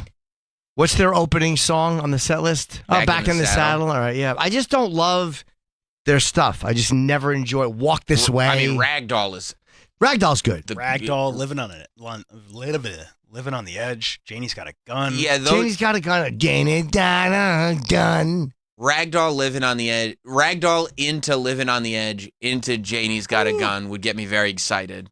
No more. I'd probably go grab a hot piss. Ew. But then when I heard he was playing Crying, I'd run back. Adam's Apple, it would make me think of my buddy Jim. Sweet Emotion's a pretty good song. Yeah. And then Toys in the Attic. Oh, okay, here's the encore. Dream On, Walk This Way. I'm assuming Happy Birthday to You is unique to that show. Yeah, I'm assuming they don't just we just really like to play it. Yeah. Somebody's birthday's happening, What? Yeah, usually the encore. It's just Dream On and Walk This Way. Walk This Way. Little kiss and little hit. Never liked that song. No dude looks like a lady. No, I'm not going. I don't know. This doesn't really feel as quintessential as it should, to tell you the truth. This feels very Epcot playlist. Because everybody is kind of going on these retirement tours. End of the But it's not all of the hits. It just doesn't. It doesn't like No, Epcot playlist would have a lot more fucking of those ballads. I think an Epcot playlist would have less rock and more ballads. Maybe it's the 2-song encore. Yeah. That is rubbing me the wrong way. You think it should be more? I think so. If it's the farewell tour. 2 biggest songs, though. Yeah, but there's more huge songs. If you had Dude Looks Like a Lady to that encore, right. Maybe not to finish, but to start. Maybe they just do Crying twice, and you have no idea. Yeah, Dude Looks Like a Lady's not even a good song. It's a good song. No. Remember when Mrs. Doubtfire was dancing around to it? Oh dear, I've got a little bit of whatever. Dear. Yeah. Do you think there are people that leave and it's like, oh man, I love when they did Crazy? Just they did Crazy or Crying? No, Amazing. No. Yeah, it's all the same. All of them. I see. I mean, I go see the show. Don't get me wrong. I have tickets to the Garden. I could care less about it. I could care less about the show. I'm pumped. If they play Pink, will you video it on your phone? Send it to me. Yeah, I'll FaceTime you. Nice. They got good merch. They got a whole merch section I saw. I'm just gonna wear some Rock and Roller Coaster shirt. Love on a roller coaster. Yeah, I just have no desire to see them again. Where's Love in an Elevator? Nothing? No. Oh, there it is, number 12. Number 12. Do you think they do roller coaster for one verse just for us? That'd be awesome. Be sick. They don't even do The Train Kept a Rollin'. That to me is I think that's one of my favorite things they ever did. I don't even know if I know that one. Yeah, hey buddy, how you doing? Oh, welcoming into the studio now, Cedric the Entertainer. What's up, man? How are you? He's got a novel out, man. You are. Yeah. You're. I'm out here, reading reading Rainbow for the kids. Yeah. Do you have to be able to read to write? Yeah, I think so. But now we got audiobooks now, so Perfect. a lot of times it's just like talking to the kids, like a substitute teacher. Just dictate. You dictate, and someone else writes it down. Yeah, exactly. That's it. That's the new world of book writing for sure. When do you feel any type of way about audiobooks? Like, does it bother you at all that you're slaving away for the written page? And the idea that someone's like, I don't know if I'll go to all the trouble to read it, but I'll put it on in the car. Well, that's been the way I like to ride to work now. Like, so I listen to a lot of audiobooks, which makes me think I'm a great reader. So I say that a lot. Yeah. Oh, I read that book. It's a complete lie. No, you did read the book. That's the thing. We knock ourselves and we go, I didn't read it, but you listen to it. I think that's smarter. I think you're an idiot if you sit there with a book in front of you. You're much smarter if you walk somewhere and you listen to it. You think that's smarter? You're absorbing the information. Oh. And then how people go, like, I'm gonna take a book with me on vacation and sit there and read the book. I'm asleep. Anytime I read anything, 2.5 pages, I'm asleep. I'm the same way. You realize like halfway down the page, I have no idea what's happening in this book. I gotta go back. Why a novel? Did you always want to do it, or did somebody suggest it? No, this was something that I would hear these family stories about my grandfather. And then just like any great tale, you start to imagine everything else that went around it. And so that's exactly, he passed before I was born. But when I would think about him, I could just visualize his whole day. So that made me want to just kind of create a world around who he was. And so that's what I started to do. I just, I had small stories that I can only imagine everything else that happened. And so that allowed me to bring him to life in my mind. And and in this story, so it's great, and I can do it all the time. So I wrote this in the sense that it could be serial. We can have like more books if we wanted to. You just kind of fell in love with like this is the character. Yeah, it's about the character, and it takes place in like the Depression, right around then. Yeah, right after World War II. It's late. It's like 1948, that area. Yeah. What did your family do when you were a kid? Yeah, so my grandmother and my grandfather had a restaurant. They used to have a restaurant. It was a riverboat city. Where back then too, it was wasn't a lot of interstate, so people actually used the river to get up and down the country, and especially the Mississippi. And so these little small towns actually had a lot of energy to them.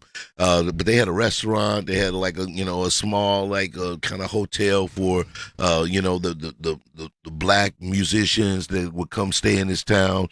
Then my grandfather was also a bootlegger, and so you get all that in the book because they moved liquor. Him and the sheriff, they were friends, and so I added all of these things to the storytelling to put him in a crime caper situation. So it's dope. The book is fun. Did you go to any older relatives and talk to them about like, hey, what was he like, or what was this like? People that remember him? Yeah, mainly his kids, my mom and my uncle. Those were the ones. It was a couple of people around. Like again, it was one lady that knew a little bit. She kind of gave me like his friend group and some of the other things he did, but that was it. Like most of the people that were around when he was around, they were all gone. Everybody had passed by the time I started to, really do the research on this book.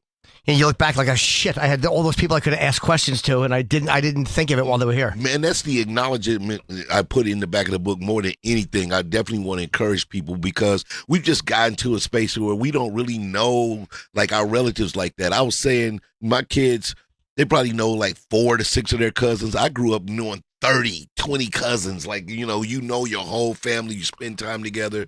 But, now, 1 or 2 of your relatives. And so go back, man. If you got elders in your family, talk to them. You'll find out a lot about who you are. You'll be surprised some of the habits you have. These things exist in your family before, and even dreams and aspirations, that question of like, what did my family do? Like these things you start to understand, like why I have so many educators in my family. My grandmother was she taught the local kids and was a midwife and did these things, and then my mother became a teacher. Now my sister's a teacher. So education is like kind of run in our family. And then on the men's side, everybody was kind of like hustlers and dreamers, and people wanted to do bigger things. Nobody wanted to have a job. Not like street hustlers, but this aspiration that they had, that entrepreneurial energy that kind of comes from my grandfather. So is that why you're always trying like new things? Because you've done everything, like sitcom work, movie work, stand-up, reality show, writing. Yeah. Like it's like wherever there's a lane to go down, it feels like that's the one that you're like, yeah, I can do that. Let me put everything into it. Yeah, man, definitely. I wish I was born as an athlete too, because I would have tried to do that. But it is that idea of like anything that I feel like is doable for me. I'm gonna try it, and so and I've been very blessed to be able to do that. Broadway movie, like you say, stand up, sitcoms, movies, dramas. Even do a little bit of drama roles here and there. So. I just want to continue on that path and try to be an example in that way that people you don't have to put yourself in the box. Even if the town wants to put you in the box, don't believe you have to be in it. And don't sell yourself short about being an athlete, because I'm a WWE fan. Yeah. I saw you get in the ring. Saw that, yeah. I saw you get in the ring a while mainly back. About the shorts and the cape. That was different. That was really an outfit choice what I was going for there. Well, it was a really interesting era because it was like at a time when WWE was bringing a lot of celebrities in to do stuff week to week, and as somebody who watches week to week, you could always spot the difference. Like some celebrities would come in and just put nothing in, and it sucked, and it was like they didn't want to be there, you could tell. And then other celebrities would come in, and they'd go hard. Everything. And it felt like you made that conscious decision, like, if we're doing this. We grew up in that era where wrestling was really, like, fun to watch, too. And I think, and that was one of the things that I remember, like, in St. Louis, they used to have a whole thing called Wrestling at the Chase, and the wrestlers would come. And so, you knew these guys. And so that idea of giving them a show and you walk out and being a villain, you got to lock into that part, man. You believed it. By the way, it was believable. That's so true. My father took me when I was a kid. I remember Sergeant Slaughter walking through, and I remember wanting to spit on him. I was a kid. I didn't do it, but I remember just thinking, like, I got to spit on him, and I just knew it would have been a bad move. I was probably like 11 years old, but you bought into it when you were a kid. Yeah. I mean, you had the Sheik and Tojo Yamamoto. Look at that. You would be canceled. You can't call that man Tojo Yamamoto anymore. But that was the goal, right? You would want people to show up and want to stab somebody. Yeah, exactly. Right? Like you'd show up with weapons. People would show up with weapons. Weapons and because they wanted to stab Tojo Yamamoto. Andre the Giant. Yeah. How did the guys there react to you going like, yeah, I want to go all the way in? Were they like very welcoming when they found that out? They did. That was the thing about it. That's the Raw, Friday Night Raw. I think that was the big one. Monday Night Raw. Yeah, it was like that. But they want to put on a good show. So, like, and I had a guy that was like my double, like, so that he was going to take all the like falls and everything, the real falls. And he was just, what do you want me to do? What do you want to do? Do you like a guy that want to look like you got thrown over the rope? I'm like, yes. I'm not going to actually be the one, but you're going to do it for me as my double? Yes, throw me over the rope. Wait, they bring a double in front of the audience? It's weird. They slide them out somehow, like, and then they do the work. They do. But and there's a live audience there. They're right there. But how does it's wrestling, man? Nobody knows. It's just like real wrestling. You can look at it and go, yeah, and it's not him, but they believe it. We get it's a show. Yeah, it's Who cares? Show. Who cares? I get on the ground, he gets thrown around, then I go and lay down. The guy gets on top of me and counts me out, and then I flip him over, and then I win. Yeah, boom! You get to walk out with a W. Then the crowd boos me. Yeah, and I'm trying to get called back next week for being the new villain. What's the hardest out of all those things that you like? Sam, writing, stand up. What's the hardest for you out of all those? I think, for me, it was definitely writing this novel because it was just one of these things where, like, you got to keep the plot. You need to keep, like, the story alive, where you're going. And you have to do that in stand-up, too, where if you start a joke, especially if it's one that you end up calling back a couple of times, you got to really know the point. But that's something that I feel like we end up doing naturally as stand-ups. You just kind of find your rhythm in the way you tell a joke, But in the book, it's story, it's plot points, it's things that you got to satisfy for readers, and so that became a little, that's where you have to kind of dig deep and do a lot more work. That's probably the toughest one. That and the time I did Broadway, because Broadway is another one where the playwright, the words that they wrote is the most important thing. You don't have the ability to kind of like jump off the page and do it yourself or improv a moment or just trust your natural instinct, especially, you know, like, again, as comedians, you just like, yo, sometime a moment will happen, I just go freestyle. You can't do that on Broadway. Or acknowledge when it's bad. Like if something goes wrong, the best part of stand-up is you can acknowledge it and make it okay and make it funny. But actors on Broadway just looks terrifying because if it's bombing or if it's wrong, you have to live in it. Yeah, exactly. You just ride it out. That's it, man. So that was a tough one. It was smart. And then I did it with John Leguizamo and Haley Joel Osment. So people that were really pro actors. So it was a good space. And I look forward to doing that again. But that was probably the toughest, you know, like experience of like individual growth, if you will, like in doing something entertaining wise. How was game show hosting? Yeah, I had fun game show hosting, you know. I mean, the big thing was, you know, is that you do so many shows in a day. People don't know, like you're knocking them down like 5 shows in a row. Like so after a while, you know, people think that you're really smart because you see the answers, but it just goes out. Like soon as they say rap, I couldn't tell you. One survey said. When you're watching the shows back, can you tell when you're okay? That was the 5th in a line. Like, can you tell on your face, like, oh, I was dying. I was dying. Definitely. Yeah. Like I'm not even wearing a hat anymore. Like, I'm totally just like sitting there, like, yeah. Come on, bring it on. Who wants to be a millionaire? Everybody does, don't you? How long did you do it? I did it for 1 season, and it was great. We shot it here, and then they were moving it to Connecticut. And I was like, I'm good. Yeah. It seems like once you get into the rhythm, we were talking about Drew Carey the other day. Once you're in the rhythm of doing 5 or 6 a day, it's probably a great gig because you work a couple times a month. Yeah, but not if you have to go to Connecticut. Yeah. You know, because I saw Drew Carey not too long ago. We did like the celebrity version of it, and you're right. He was very content, and I thought after his success of his TV show and, you know, being a cool stand-up that he would not love that job for as long as he's been doing it. But you're right. Once you kind of get into it, you get that rhythm. It's like, hey, man, just get this big check and I'm good. That's it. I got an easy schedule. Yeah. I'm done on Thursday at like 4:00. Not only do I not have to come up with jokes, I shouldn't come up with jokes. Just stand there. And he can do stand-up if he wants to. Yeah. If he wants to go on the road. For sure. That's how you know Cedric is doing well, though. It's like, it was a great gig, but what happened? The GW Bridge. I'm not going over the GW Bridge. It's not doing it. Exactly.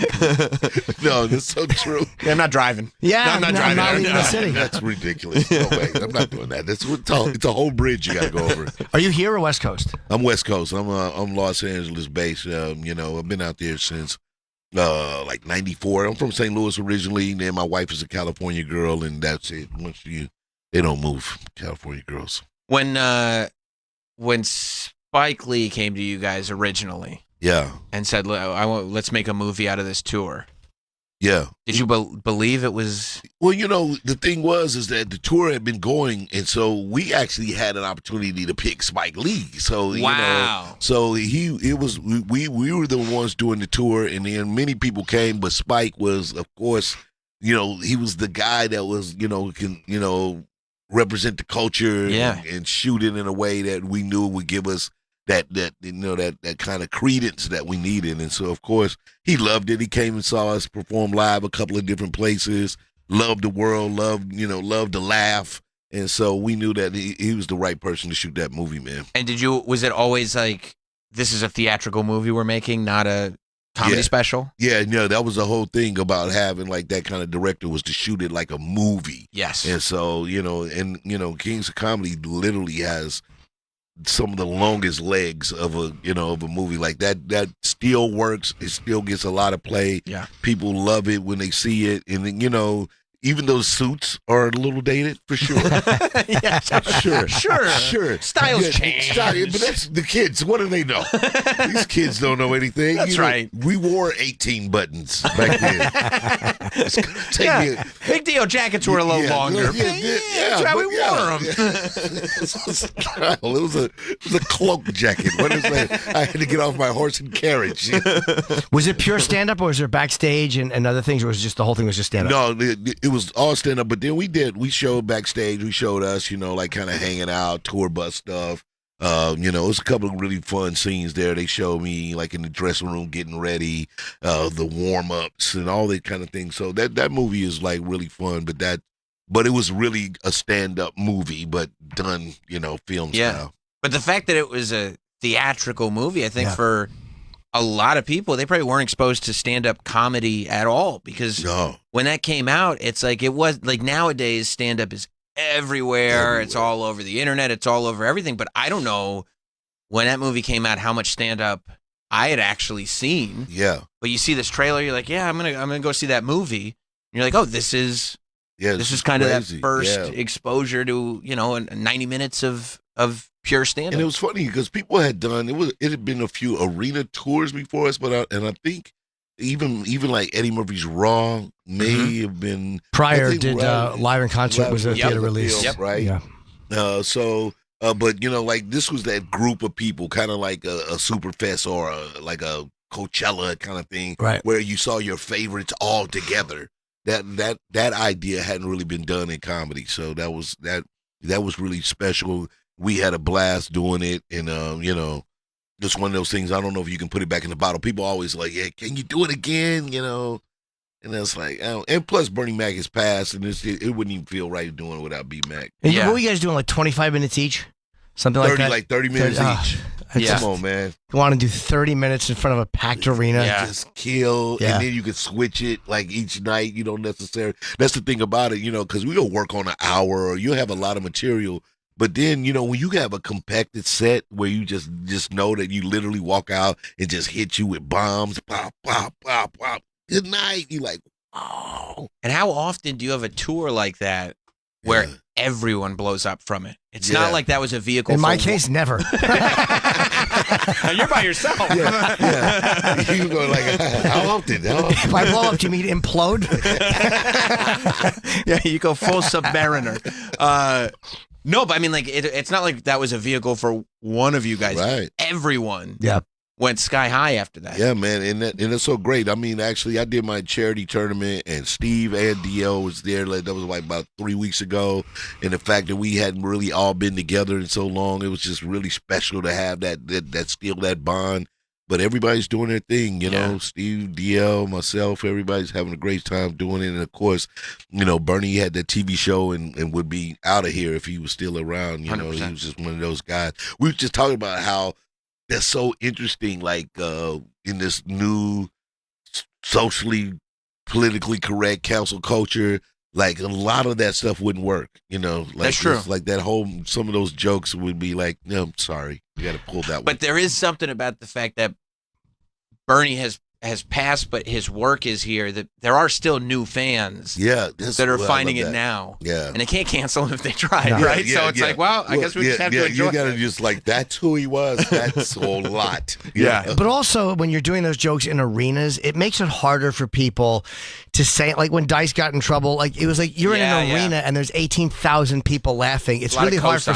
There's a lot of people enjoying it. It's hard for anyone to go, oh, that's offensive. There's that's so true, because when you're in the comedy club, it's so right there, and people can it can trickle, and they got an opportunity to yell back at you. But like you're right, in a big arena, like it's the jokes are hitting you, and you're trying to keep it going. So but right now we're in a business where being very acutely aware of what you're saying in a joke is something you have to kind of take.